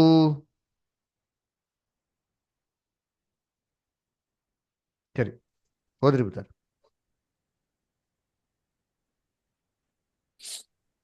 ಹಾಗೆ ಮಾಡುವುದು ನಮ್ಮ ರಕ್ಷಕನಾದ ದೇವರ ಸನ್ನಿಧಿಯಲ್ಲಿ ಮೆಚ್ಚುಗೆಯಾಗಿಯೂ ಯೋಗ್ಯವಾಗಿಯೂ ಅದೇ. ಎಲ್ಲಾ ಮನುಷ್ಯರು ರಕ್ಷಣೆಯನ್ನು ಹೊಂದಿ ಸತ್ಯದ ಜ್ಞಾನಕ್ಕೆ ಸೇರಬೇಕೆಂಬುದು ಆತನ ಚಿತ್ತವಾಗಿದೆ. ನೋಡ್ರ, ಏಕೆಂದರೆ ಹೇಳ್ತಾರೆ ನೋಡ್ತೀನಿ. ಎಷ್ಟು ಹೇಳ್ತಾರೆ ಅಂತಾರೆ ನೋಡಿ. ಆತನ ಚಿತ್ತ ಏನಪ್ಪ? ಎಲ್ಲಾ ಮನುಷ್ಯರು ರಕ್ಷಣೆ ಹೊಂದಿ ಸತ್ಯ ಜ್ಞಾನಕ್ಕೆ ಬರ್ಬೇಕು. ಆತನ ಚಿತ್ತ. ಅಲ್ವರ? ನೋಡ್ರಿ ಎಷ್ಟು ಚೆನ್ನಾಗಿತ್ತು ನೋಡ್ತೀನಿ. ದೇವ್ರ ಚಿತ್ತ ಏನಪ್ಪ? ಎಲ್ಲಾ ಮನುಷ್ಯರು ರಕ್ಷಣೆ ಹೊಂದ್ಬೇಕು. ಆಮೇಲೆ ನೆಕ್ಸ್ಟ್ ಬದ ಕಂಟಿನ್ಯೂ ಮಾಡಿ ಬದಾರ. ಏಕೆಂದರೆ ದೇವರು ಒಬ್ಬನೇ, ದೇವರಿಗೂ ಮನುಷ್ಯರಿಗೂ ಮಧ್ಯಸ್ಥನು ಒಬ್ಬನೇ, ಆತನು ಮನುಷ್ಯನಾಗಿರುವ ಕ್ರಿಸ್ತ ಯೇಸುವೆ. ನೋಡ್ರ, ದೇವರು ಒಬ್ಬರೇ, ದೇವರಿಗೂ ಮನುಷ್ಯರಿಗೂ ಮಧ್ಯಸ್ಥರು ಒಬ್ಬರೇ. ಅಲ್ವರ? ಅದ್ಯಾರಂತೆ? ನಮ್ಮ ರಕ್ಷೆ ಅಂತ ಯೇಸು ಕ್ರಿಸ್ತನು. ಇವತ್ತು ಈ ಸತ್ಯ ನಮ್ಮ ಕ್ರೈಸ್ತವರಿಗೆ ಗೊತ್ತಿಲ್ಲ. ಎಷ್ಟು ಜನ ಏನ್ ಮಾಡ್ತಾರೆ? ಸೆಂಟ್ ಮೇರಿ, ಸೆಂಟ್ ಆಂಟೋನಿಯರ್, ಸೆಂಟ್ ಝೇವಿಯರ್ ಇವರೆಲ್ಲ ಮಧ್ಯಸ್ಥರವರೇ ಅಂತ ನಂಬ್ತಾರೆ. ಬೈಬಲ್ ಹೇಳ್ತಾರೆ ಒಬ್ಬರೇ ದೇವರು, ಮನುಷ್ಯನಿಗೂ ದೇವ್ರಿಗೂ ಮಧ್ಯಸ್ಥರು ಒಬ್ಬರೇ. ಯಾರು? ನಮ್ಮ ರಕ್ಷತೆ ಯೇಸು ಕ್ರಿಸ್ತನು. ಈ ಸತ್ಯ ಕ್ರೈಸ್ತವ್ರಿಗೆ ಗೊತ್ತಿಲ್ಲ. ಈ ಸತ್ಯ ಅಂತ ತಿಳಿಸೋದಿಕ್ಕೇನೆ ಯೇಸು ಕ್ರಿಸ್ತು 2ನೇ ಬರಿಕೆಯಲ್ಲಿ ಬರ್ತಾರಂತೆ. ಅದರ ಏನ್ರಿ? ಓದಿ ಬದ ಕಂಟಿನ್ಯೂ ಮಾಡಿಬೋದು ಮುಂದಕ್ಕೆ. ನೆಕ್ಸ್ಟ್ ದೇವರು ಒಬ್ಬನೇ, ಮನುಷ್ಯರಿಗೂ ದೇವ್ರಿಗೂ ಮಧ್ಯಸ್ಥನು, ನಮ್ಮ ರಕ್ಷಕಂತ ಯೇಸು ಕ್ರಿಸ್ತು ಒಬ್ಬನೇ. ಆಮೇಲೆ ಆತನು ಎಲ್ಲರ ವಿಮೋಚನಾರ್ಥವಾಗಿ ತನ್ನನ್ನು ಒಪ್ಪಿಸಿ ಬಿಟ್ಟನು. ಇದೇ ತಕ್ಕ ಸಮಯಗಳಲ್ಲಿ ಹೇಳಬೇಕಾದ ಸಾಕ್ಷಿಯು. ನೋಡ್ರ, ಅದ್ರ ಏನೋ ತನ್ನ ತಾನೇ ಮಾಡಿದ್ರೆ ಒಪ್ಪಿಸ್ಕೊಟ್ರಂತೆ. ಅಲ್ಲ, ಎಲ್ಲಾ ಮನುಷ್ಯರು ರಕ್ಷಣೆ ಹೊಂದಿ ಸತ್ಯ ಜ್ಞಾನ ಬರ್ಬೇಕು. ಈಗ ನಾವೊಬ್ರಿಗೆ ಹೊಸೊಬ್ರಿಗೆ ಸತ್ಯ ಹೇಳ್ಬೇಕಾರೆ ಹೆಂಗ್ ಹೇಳ್ತೀರಿ? ಸತ್ಯ ತಿಳ್ಕೊಡ್ರಿ, ಸತ್ಯ ನಿಮ್ ಬಿಡುಗಡೆ ಮಾಡ್ತದೆ. ದೇವ್ರು ಹೇಳ್ತಾರೆ ಫಸ್ಟ್ ಬಿಡುಗಡೆ ಬಂದ್ರಿ, ಆಮೇಲೆ ಸತ್ಯ ಜ್ಞಾನಕ್ಕೆ ಬನ್ನಿ. ಯಾಕೆ ದೇವ್ರು ಯಾಕೆ ಈ ಥರ ಉಲ್ಟಾ ಹೇಳೋದು? ದೇವ್ರಿಗೆ ಚೆನ್ನಾಗಿ ಗೊತ್ತು ಎಲ್ಲ ಮರಣಕ್ಕೆ ಹೋಗ್ಬಿಟ್ಟಿದ್ದಾರೆ, ನಾಶ ಆಗ್ಬಿಟ್ಟಿದ್ದಾರೆ. ಫಸ್ಟು ಇವ್ರಿಗೆ ಸತ್ಯ ಕೊಡೋಕ್ಕಿಂತ ಮುಂಚೆ ಇವನ್ನ ರಕ್ಷಿಸ್ಬೇಕು, ಮರಣಿಂದ ರಕ್ಷಿಸ್ಬೇಕು. ಅದಕ್ಕಾಗೆ ತನ್ನ ಮಗನ್ನ ಕೊಟ್ಟರು. ರಕ್ಷಣೆ ಹೊಂದಿದ್ಮೇಲೆ ಸತ್ಯ ಜ್ಞಾನಕ್ಕೆ ಬನ್ನಿ ಅಂತ ದೇವ್ರು ಏನ್ ಮಾಡ್ತಾರೆ ಅಂತ ಹೇಳ್ತಂತೆ. ಇವೆಲ್ಲ ಯಾವಾಗಪ್ಪ ಆಗ್ತಂದ್ರೆ ಕ್ರಿಸ್ತನ ಎರಡನೇ ಬರುವಿಕೆಯಲ್ಲಿ ಅವ್ರು ಬರ್ಬೇಕಾರೆ ಭೂಲೋಕದಲ್ಲಿ 1000 ವರ್ಷ ಆಳ್ವಿಕೆ ಮಾಡ್ಬೇಕಾರೆ ಆ 1000 ವರ್ಷದಲ್ಲಿ ಸತ್ತೋಗಿರೋರು ಎಲ್ಲರೂ ಜೀವಂತವಾಗಿ ಇದೇ ಭೂಮಿಗೆ ಇದೇ ದೇಹದಲ್ಲಿ ಇದೇ ಮಾಂಸ ದೇಹದಲ್ಲಿ ಬರ್ತಾರೆ. ಅವಾಗ ಸೇತನ್ನ ಕಟ್ಟಾಕ್ತಾರೆ, ಜನಗಳೆಲ್ಲ ಸತ್ಯನೇ ಮಾಡ್ತಾರೆ, ಅವರು ತಿಳಿತಾರೆ. ಓಕೆನಾ? ಸರಿ, ಅದಕ್ಕೆ ಯೇಸು ಕ್ರಿಸ್ತ ನಮ್ಗೊಂದು ಪ್ರೇಯರ್ ಕೊಟ್ರು, ಇಂಪಾರ್ಟೆಂಟ್ ಪ್ರೇಯರ್ ರೀ. ಓದೋಣ. ಮತ್ತೆ 6ನೇ ಅಧ್ಯಾಯ 9 ಮತ್ತೆ 10ನೇ ವಾಕ್ಯ, ಮ್ಯಾಥ್ಯೂ 6 ಚಾಪ್ಟರ್ 9 and 10 ಓದ್ರಿ ದಯವಿಟ್ಟು. ಆದುದರಿಂದ ನೀವು ಹೀಗೆ ಪ್ರಾರ್ಥನೆ ಮಾಡತಕ್ಕದ್ದು: ಪರಲೋಕದಲ್ಲಿರುವ ನಮ್ಮ ತಂದೆಯೇ, ನಿನ್ನ ನಾಮವು ಪರಿಶುದ್ಧವೆಂದು ಎಣಿಸಲ್ಪಡಲಿ, ನಿನ್ನ ರಾಜ್ಯವು ಬರಲಿ, ನಿನ್ನ ಚಿತ್ತವು ಪರಲೋಕದಲ್ಲಿ ನೆರವೇರುವ ಪ್ರಕಾರ ಭೂಲೋಕದಲ್ಲಿಯೂ ನೆರವೇರಲಿ. ನೋಡ್ರ, ನಿನ್ನ ರಾಜ್ಯವೋ ಬರಲಿ. ಬರಲಿ. ಎಲ್ಲಿ ಬರಲಿ? ಭೂಲೋಕದಲ್ಲಿ ಬರಲಿ ರೀ. ದೇವ ರಾಜ್ಯ ಭೂಲೋಕದಲ್ಲಿ ಬರ್ತಾರೆ ಅಂತಾರೆ. ಅವಾಗ ಹೆಂಗಿರ್ತಾರೆ ಅಂದ್ರೆ, ಪರಲೋಕದಲ್ಲಿ ಯಾವ ರೀತಿ ದೇವ್ರ ಚಿತ್ತ ನಡ್ತಾ ಇದೆಯೋ ಅದೇ ತರ ದೇವ್ರ ಚಿತ್ತ ಭೂಲೋಕದಲ್ಲಿ ನೆರವೇರ್ತಂತೆ. ಇವತ್ತು ಭೂಲೋಕದಲ್ಲಿ ದೇವ್ರ ಚಿತ್ತ ಇದೆಯಾ? ಇಲ್ಲ ರೀ. ಇದು ದೇವರಾಜ್ಯ, ಇದು ಬರ್ತಂತೆ ಭೂಲೋಕದಲ್ಲಿ. ಇದು ಯೇಸು ಕ್ರಿಸ್ತನ ಎರಡನೇ ಬರುವಿಕೆಯಲ್ಲಿ ಬರ್ತಾರೆ ಅಂತಾರೆ. ಅವಾಗ ಎಲ್ಲಾರ್ಗು ರಕ್ಷಣೆ ಏನಾಗಿದೆ ಇದೆ. ಬರೀ ಕ್ರೈಸ್ತವ್ರಿಗೆ ಮಾತ್ರ ಅಲ್ಲ, ಹಿಂದೂಸ್, ಮುಸ್ಲಿಮ್ಸ್ ಎಲ್ಲಾ ತರ ಜನಗಳಿಗೆ ಏನಾಗಿದೆ, ರಕ್ಷಣೆ ಇದೆ. ಅದರಿಂದ ದಯವಿಟ್ಟು ಸೋದರಗಳೇ, ಈ ರೀತಿ ಯೇಸು ಕ್ರಿಸ್ತು ಒಬ್ಬ ಮನುಷ್ಯನ ಪಾಪಕ್ಕೆ ತಾನೇ ತಂತಿರಂತ ಒಂದು ಏನ್ರಿ ಜೀವನ ತ್ಯಾಗ ಮಾಡಿ ಆ ಒಬ್ಬ ಮನುಷ್ಯನ ವಿಮೋಚನೆ ಮಾಡಿದ್ರು. ಏಕೆ ಅಂದ್ರೆ, ಹೇಗೆ ಒಬ್ಬ ಮನುಷ್ಯನ ಮುಖಾಂತರ ಎಲ್ಲಾರ್ಗೂ ಪಾಪ ಅಂತೋ, ಈ ಒಬ್ಬ ಮನುಷ್ಯನ ಅವ್ರು ರಕ್ಷಿಸ್ಬಿಟ್ರೆ ಆಟೋಮೆಟಿಕಾಗಿ ಒಬ್ಬ ಮನುಷ್ಯನ ಮುಖಾಂತರ ಎಲ್ಲರೂ ಏನಾಗ್ತಾರೆ, ರಕ್ಷಣೆ ಅಂತಾರೆ ಅಂದ್ಬಿಟ್ಟು ಯೇಸು ಕ್ರಿಸ್ತ ಒಂದೇ ಪ್ರಾಣನ ಆದಾಮಿಗೆ ಕೊಟ್ಟಿದ್ದು. ಈ ರೀತಿ ಯೇಸು ಕ್ರಿಸ್ತು ಲೋಕರಕ್ಷಕ ಆಗ್ತಾರೆ. ಅಂದ್ರೆ ದಯವಿಟ್ಟು ಅಂದ್ರೆ ಯೂಟ್ಯೂಬ್ ಲಿಂಕ್ ಕಳಿಸ್ಕೊಡ್ತೀನಿ, ದಯವಿಟ್ಟು ಕೇಳಿ. ನಿಮ್ಗೇನೋ ಡೌಟ್ಸ್, ಏನೋ ಕ್ವಶನ್ಸ್ ಇತ್ತು ಅಂತಂದ್ರೆ ಧಾರಾಳವಾಗಿ ಸಂಕೋಚ ಪಡೆದಿರೋ ಪ್ರಶ್ನೆಗಳಿಗೆ ಕೇಳಿ, ಆಯ್ತಾ? ನಮ್ಮ ಯೂಟ್ಯೂಬ್ ಚಾನಲ್ ಕೂಡ ದಯವಿಟ್ಟು ಏನು ಮಾಡಿ, ನೀವು ಸಬ್ಸ್ಕ್ರೈಬ್ ಮಾಡಿ. ಹೊಸ ಕ್ರೈಸ್ತ ಸೋದರಗಳು ಎಷ್ಟೋ ಜನ ಇದ್ದಾರೆ, ಅವ್ರಿಗೆಲ್ಲ ಏನು ಮಾಡಿ ತಿಳಿಸ್ಲಿ. ಇಂಟ್ರೆಸ್ಟ್ ಇದ್ದವ್ರು ಕೂಡ ಏನು ಮಾಡಲಿ, ಈ QR ಕೋಡ್ ಮುಖಾಂತರ ಅವರು ವಾಟ್ಸಪ್ ಗ್ರೂಪಿಗೆ ಜಾಯ್ನ್ ಆಗ್ಬೋದು. ಸೊ ದೇವ್ರ ವಾಕ್ಯಗಳನ್ನ ಆಶೀರ್ವದಿಸ್ಲಿ. ಯಾರಿಗಾರ ಏನೋ ಡೌಟ್ಸ್ ಏನೋ ಕೇಳೋದಿದ್ರೆ ಕೇಳ್ಬೋದು. ಯಾರಿಗಾರ ಪ್ರಶ್ನೆ ಇದೆ ಕೇಳೋದು? ಫಸ್ಟ್ ಒಂದೇ ಒಂದು ಡೌಟ್. ಹೇಳಿ ಬ್ರದರ್. ಯೇಸು ಸ್ವಾಮಿ ಭೂಮಿ ಮೇಲೆ ತಿರುಗಿ ಎರಡನೇ ಟೈಮ್ ಬರುವಾಗ ನಂಬಿಕೆನು ಕಾಣುವನು ಅಂತ ಇದೆಯಲ್ಲ. ಸೊ ಹಾಗಾದ್ರೆ ಈಗ ವಾಕ್ಯದಲ್ಲಿ ಹೇಳಲ್ಪಡುತ್ತೆ, ಜಗತ್ತಿಗೆಲ್ಲ ಸುವಾರ್ತೆನ ಸಾರಿ, ಆಗ ಅಂತ್ಯವು ಬರುವುದು ಅಂತ ಹೇಳ್ತಾರೆ. ಆಗ ಅಂದ್ರೆ ಈಗ ಈ ಲೋಕ ಎಂಡ್ ಆಗೋವರೆಗೂ ಸುವಾರ್ತೆ ಎಲ್ಲರಿಗೂ ಸಾರಲ್ಪಡಕ್ ಆಗೋದಿಲ್ವಾ? ಇವಾಗ ವಾಕ್ಯಕ್ಕೆ ನಮ್ಗೆ ಪ್ರಶ್ನೆ ಇತ್ತು ಅಂದ್ರೆ ಆ ಉತ್ತರ ಎಲ್ಲಿ ಹುಡುಕ್ಬೇಕು ನಾವು? ಬೈಬಲ್ ಅಲ್ಲಿ ಹುಡುಕ್ಬೇಕು. ಬೈಬಲ್ ಹುಡುಕ್ಬೇಕು. ವೆರಿ ಗುಡ್ ಅಲ್ವರಾ? ಇವಾಗ ವಾಕ್ಯದಲ್ಲೇ ನಾವೇನ್ ನೋಡ್ರಿ, ಲೂಕ 17ನೇ ಅಧ್ಯಾಯದಲ್ಲಿ ನೋವನ ದಿನಗಳಲ್ಲಿ ಹೇಗಿತ್ತೋ ಅದೇ ತರ ಮನುಷ್ಯ ಕುಮಾರನ ದಿನಗಳಲ್ಲಿ, ಅಂದ್ರೆ ಮನುಷ್ಯ ಕುಮಾರ ಬರ್ಬೇಕಾದ್ರೆ ಭೂಲೋಕದ ಕಂಡೀಷನ್ ಹೆಂಗಿರ್ತಾರೆ, ನೋವನ ದಿನಗಳ ತರ ಇರ್ತಾರೆ ಅಂತ. ಕರೆಕ್ಟಾ? ಅದರಿಂದ ಈ ತರ ತುಂಬಾ ವಾಕ್ಯಗಳಿದೆ, ಒಂದು ವಾಕ್ಯ ಅಲ್ಲ. ಇಡೀ ಲೋಕ ಬಂದ್ಬಿಟ್ಟು ಏನ್ರಿ ಅವಿಶ್ವಾಸದಲ್ಲಿರ್ತದೆ. ಅಪೊಸ್ತಲ ಪೌಲ್ ಏನ್ ಹೇಳ್ತಾರೆ, ಹೋಗ್ತಾ ಹೋಗ್ಬೇಕು ಅಂತ್ಯಕಾಲದಲ್ಲಿ ಏನ್ರಿ ಕ್ರೈಸ್ತ ನಂಬಿಕೆನೇ ಎಷ್ಟೋ ಜನ ಬಿಟ್ಟು ಹೋಗ್ತಾರೆ ಅಂತ ಹೇಳ್ತಾರೆ. ತೀಟೆ ಕಿವಿ ಉಳ್ಳವರು ಇರ್ತಾರೆ ಅಂತ ಹೇಳ್ತಾರೆ. ದೆವ್ವಗಳ ಬೋಧನೆಯೆಲ್ಲ ಕೇಳ್ತಾರೆ ಅಂತ ಬೈಬಲ್ ಹೇಳ್ತಾರೆ. ಹೌದಾ ಇಲ್ವಾ? ಹೀಗಿರ್ಬೇಕಾದ್ರೆ ಇಡೀ ಲೋಕ ಕನ್ವರ್ಟ್ ಆಗೋದಕ್ಕೆ ಹೆಂಗ್ ಸಾಧ್ಯ ಅಂತ ಆ ಪ್ರಶ್ನೆ ಹಾಕೊಂಡು ಇವಾಗ ನಾನು ನಿಮ್ಮ ಹತ್ರ ಒಂದು ಪ್ರಶ್ನೆ ಕೇಳ್ತೀನಿ. ಇಡೀ ಲೋಕ ಕನ್ವರ್ಟ್ ಆಗ್ತಾರೆ ಅಂತ ವಾಕ್ಯ ಎಲ್ಲೈತೆ? ಯೇಸು ಕ್ರಿಸ್ತನ ಎರಡನೇ ಬರುವಿಕೆಗಿಂತ ಮುಂಚೆ ಇಡೀ ಲೋಕ ಕನ್ವರ್ಟ್ ಆಗ್ತಂತ ವಾಕ್ಯ ಎಲ್ಲಿದೆ? ಇದು ಸುವಾರ್ತೆಯು ಜಗತ್ತಿಗೆಲ್ಲ ಸಾರಲ್ಪಡುವಾಗ ಆಗ ಅಂತ್ಯವು ಬರುವುದು ಅಂತ ಹೇಳಿ ವಾಕ್ಯ ಇದೆ ಬಾಸ್. ಕರೆಕ್ಟ್. ಸುವಾರ್ತೆ ಸಾರಬೇಕು ಅಂತಿದೆ, ಕರೆಕ್ಟಾ? ಆ ಸುವಾರ್ತನೆ ಎಲ್ಲಾರು ಅಂಗೀಕಾರ ಮಾಡ್ತಾರೆ. ಆ ಸುವಾರ್ತನೆ ಕೇಳಿ ಎಲ್ಲರೂ ಯೇಸು ಕ್ರಿಸ್ತನ ರಕ್ಷಣೆ ಹೊಂದ್ತಾರೆ ಅಂತ ಕೊಟ್ಟಿದ್ಯಾ ಅಲ್ಲಿ? ಇಲ್ಲ. ಅದರಿಂದ ಸಾರಲ್ಪಡ್ತದೆ, ಅಫ್ಕೋರ್ಸ್ ಸಾರಬೇಕು, ಸಾರಲ್ಪಡ್ತಾನೆ ಇರ್ತದೆ. ಆದ್ರೆ ಸಾರಲ್ಪಟ್ಟಿದ್ ಮಾತ್ರಕ್ಕೆ ಎಲ್ಲಾರು ಅಂಗೀಕಾರ ಮಾಡ್ತಾರೆ ಅಂತ ಅಲ್ಲ. ಅಲ್ಲಿ ವಾಕ್ಯದಲ್ಲಿ ಹಂಗೆ ಕೊಡ್ಲಿಲ್ಲ. ಕರೆಕ್ಟಾ? ಬೇಕಾ ವಾಕ್ಯ ಓದ್ರಿ, ಮತ್ತೆ 24ನೇ ಅಧ್ಯಾಯದಲ್ಲಿ ಬರ್ತದೆ. ಓಕೆನ್ರಾ? ಅದೇ ಮತ್ತೆ 24ನೇ ಅಧ್ಯಾಯದಲ್ಲೇ ನೋವನ ದಿನಗಳಲ್ಲಿ ಹೇಗಿತ್ತು ಅದೇ ತರ ಮನುಷ್ಯ ಕುಮಾರನ ದಿವಸಗಳಲ್ಲಿ ಇರ್ತಾರೆ ಅಂತ ಹೇಳ್ತಾರೆ. ಬೇಕಾ ವಾಕ್ಯ ಓದ್ರಿ ನಿಂತೀನಿ, ಓದಿಸ್ಬಿಡುತ್ತೆ ತೊಳೆ. ಮ್ಯಾಥ್ಯೂ 24 ಓದಿ ನಿಂತೀನಿ. ಮ್ಯಾಥ್ಯೂ 24 ಅಲ್ಲಿ 14th ವರ್ಸ್ ಓದಿ. 24 ಅಲ್ಲಿ 14 ವರ್ಸ್ ಪಾಸ್ಟರ್.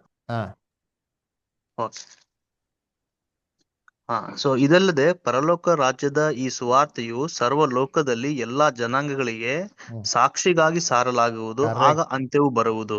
ಸಾಕ್ಷಿ ಅಷ್ಟೇ. ಆ ಸಾಕ್ಷಿನ ಹಾ, ಹಾ. ಅಂಗೀಕಾರ ಮಾಡ್ತಂತ ಏನಿಲ್ಲ. ವಿಟ್ನೆಸ್ ಮಾಡ್ಬೇಕ್ರಿ ಅಷ್ಟೇ. ಅದೊಂದು ಸಾಕ್ಷಿ Okay. ತರ ಅದರ Okay. 12th ವರ್ಸ್ ಓದಿ ಹೆಂಗಿದೆ ಕಂಡೀಷನ್ ನೋಡೋಣ ಅದರಲ್ಲೇ. ಇದಲ್ಲದೆ ಆ ಅಧರ್ಮವು ಹೆಚ್ಚಾಗುವುದರಿಂದ ಬಹುಜನರ ಪ್ರೀತಿಯು ತಣ್ಣಗಾಗಿ ಹೋಗುವುದು. ಬಹು ಜನರ ಪ್ರೀತಿನೇ ಇರಲ್ವಂತೆ ಬ್ರದರ್. ಅದರ Okay. ಅಧರ್ಮ ಹೆಚ್ಚಾಗುತ್ತೆ ಮತ್ತೆ ಇನ್ನೆಲ್ಲಿರ್ತಾರೆ ದೇವ್ರ ಪ್ರೀತಿ. ಯೋಚನೆ ಮಾಡ್ರಿ. ಅದರ Okay. ಸ್ವಾರ್ಥಿಗಳು ಲೋಭಿಗಳೆಲ್ಲ ಇರ್ತಂತ ಬೈಬಲ್ ತುಂಬಾ ಇದೆ ವಾಕ್ಯಗಳು. ಅದನ್ನ Okay. ಎಲ್ಲಾರು ಬಂದ್ಬಿಟ್ಟು ಯೇಸುಗೂ ಅಂಗೀಕಾರ ಮಾಡಕ್ ಚಾನ್ಸೇ ಇಲ್ಲ. ಬರ್ತಾ ಹ್ಮ್, ಹ್ಮ್. ಬರ್ತಾ ಕಂಡೀಷನ್ ವರ್ಸ್ಟ್ ಆಗ್ತಾರೆ ಹೊರತು ಇಂಪ್ರೂವ್ ಆಗಲ್ಲ. ಅದೇ ಸಾಕ್ಷಿಗಾಗಿ ಸಾರಲ್ಪಡ್ತದೆ ಅಷ್ಟೇ. Okay. Okay. ಓಕೆನಾ? ಇವಾಗ ಯೇಸು Okay. ಬಗ್ಗೆ ಯಾರಿಗಪ್ಪ ಗೊತ್ತಿಲ್ಲ? ಎಲ್ಲರಿಗೂ ಗೊತ್ತು, ಮೂಲೆ ಮೂಲೆ ಎಲ್ಲರಿಗೂ ಗೊತ್ತು. ಆದ್ರೆ ಅದು ಸಾಕ್ಷಿಗೆ ಕೊಡಲ್ಪಟ್ಟಿದೆ. ಆದ್ರೆ Okay. ಅವ್ರು ಯೇಸು ಕ್ರಿಸ್ತನ ಅಂಗೀಕಾರ ಮಾಡಿದಾರಾ? ಇಲ್ಲ. ಯಾಕೆ ಅಂಗೀಕಾರ ಮಾಡಿಲ್ಲ ಅಂದ್ರೆ ಈ ಪ್ರಪಂಚ ದೇವರ ಕಣ್ಗಳು ಏನ್ ಮಾಡವನೆ? ಮಂಕ್ ಮಾಡಿದ್ದಾರೆ. ಮಂಕ್ ಮಾಡೋನೆ. ಈ ಸಾಕ್ಷಿ ಅವ್ರಿಗೆ ಅರ್ಥ ಆಗದ ರೀತಿಲಿ ಕಣ್ಗಳು ಏನ್ ಮಾಡೋನೆ? ಮಂಕು ಮಾಡೋನೆ. ಅದಕ್ಕೆ ಕ್ರಿಸ್ತನ ಎರಡನೇ ಬರಿಕೆಯಲ್ಲಿ ಬಂದು ಫಸ್ಟ್ ಅವನ್ನ ಕಟ್ಟಾಕ್ತಾರೆ. ಕಟ್ಟಾಕ್ದವಾಗ ಅವ್ರ ಕಣ್ಗಳನ್ನ ಕ್ಲೀನ್ ಆಗಿ ತೆರೆಯಲ್ಪಡ್ತದೆ. ಅವಾಗ ಅವ್ರು ಅಕ್ಸೆಪ್ಟ್ ಮಾಡ್ತಾರೆ. ಓಕೆನಾ? Okay first. Okay, clear. ಸರಿ, ಬೇರೆ ಯಾರಿಗಾರ ಡೌಟ್ಸ್ ಇದೆಯಾ? ಕ್ವಶನ್ಸ್ ಇದೆಯಾ? ಸರಿ, ಓಕೆ, ಗುಡ್. ಹಂಗಾರೆ ಕೊನೆಗೆ ಅಂತ್ಯ ಮಾಡೋಣ. ಪ್ರೇಯರ್ ಮಾಡಿ.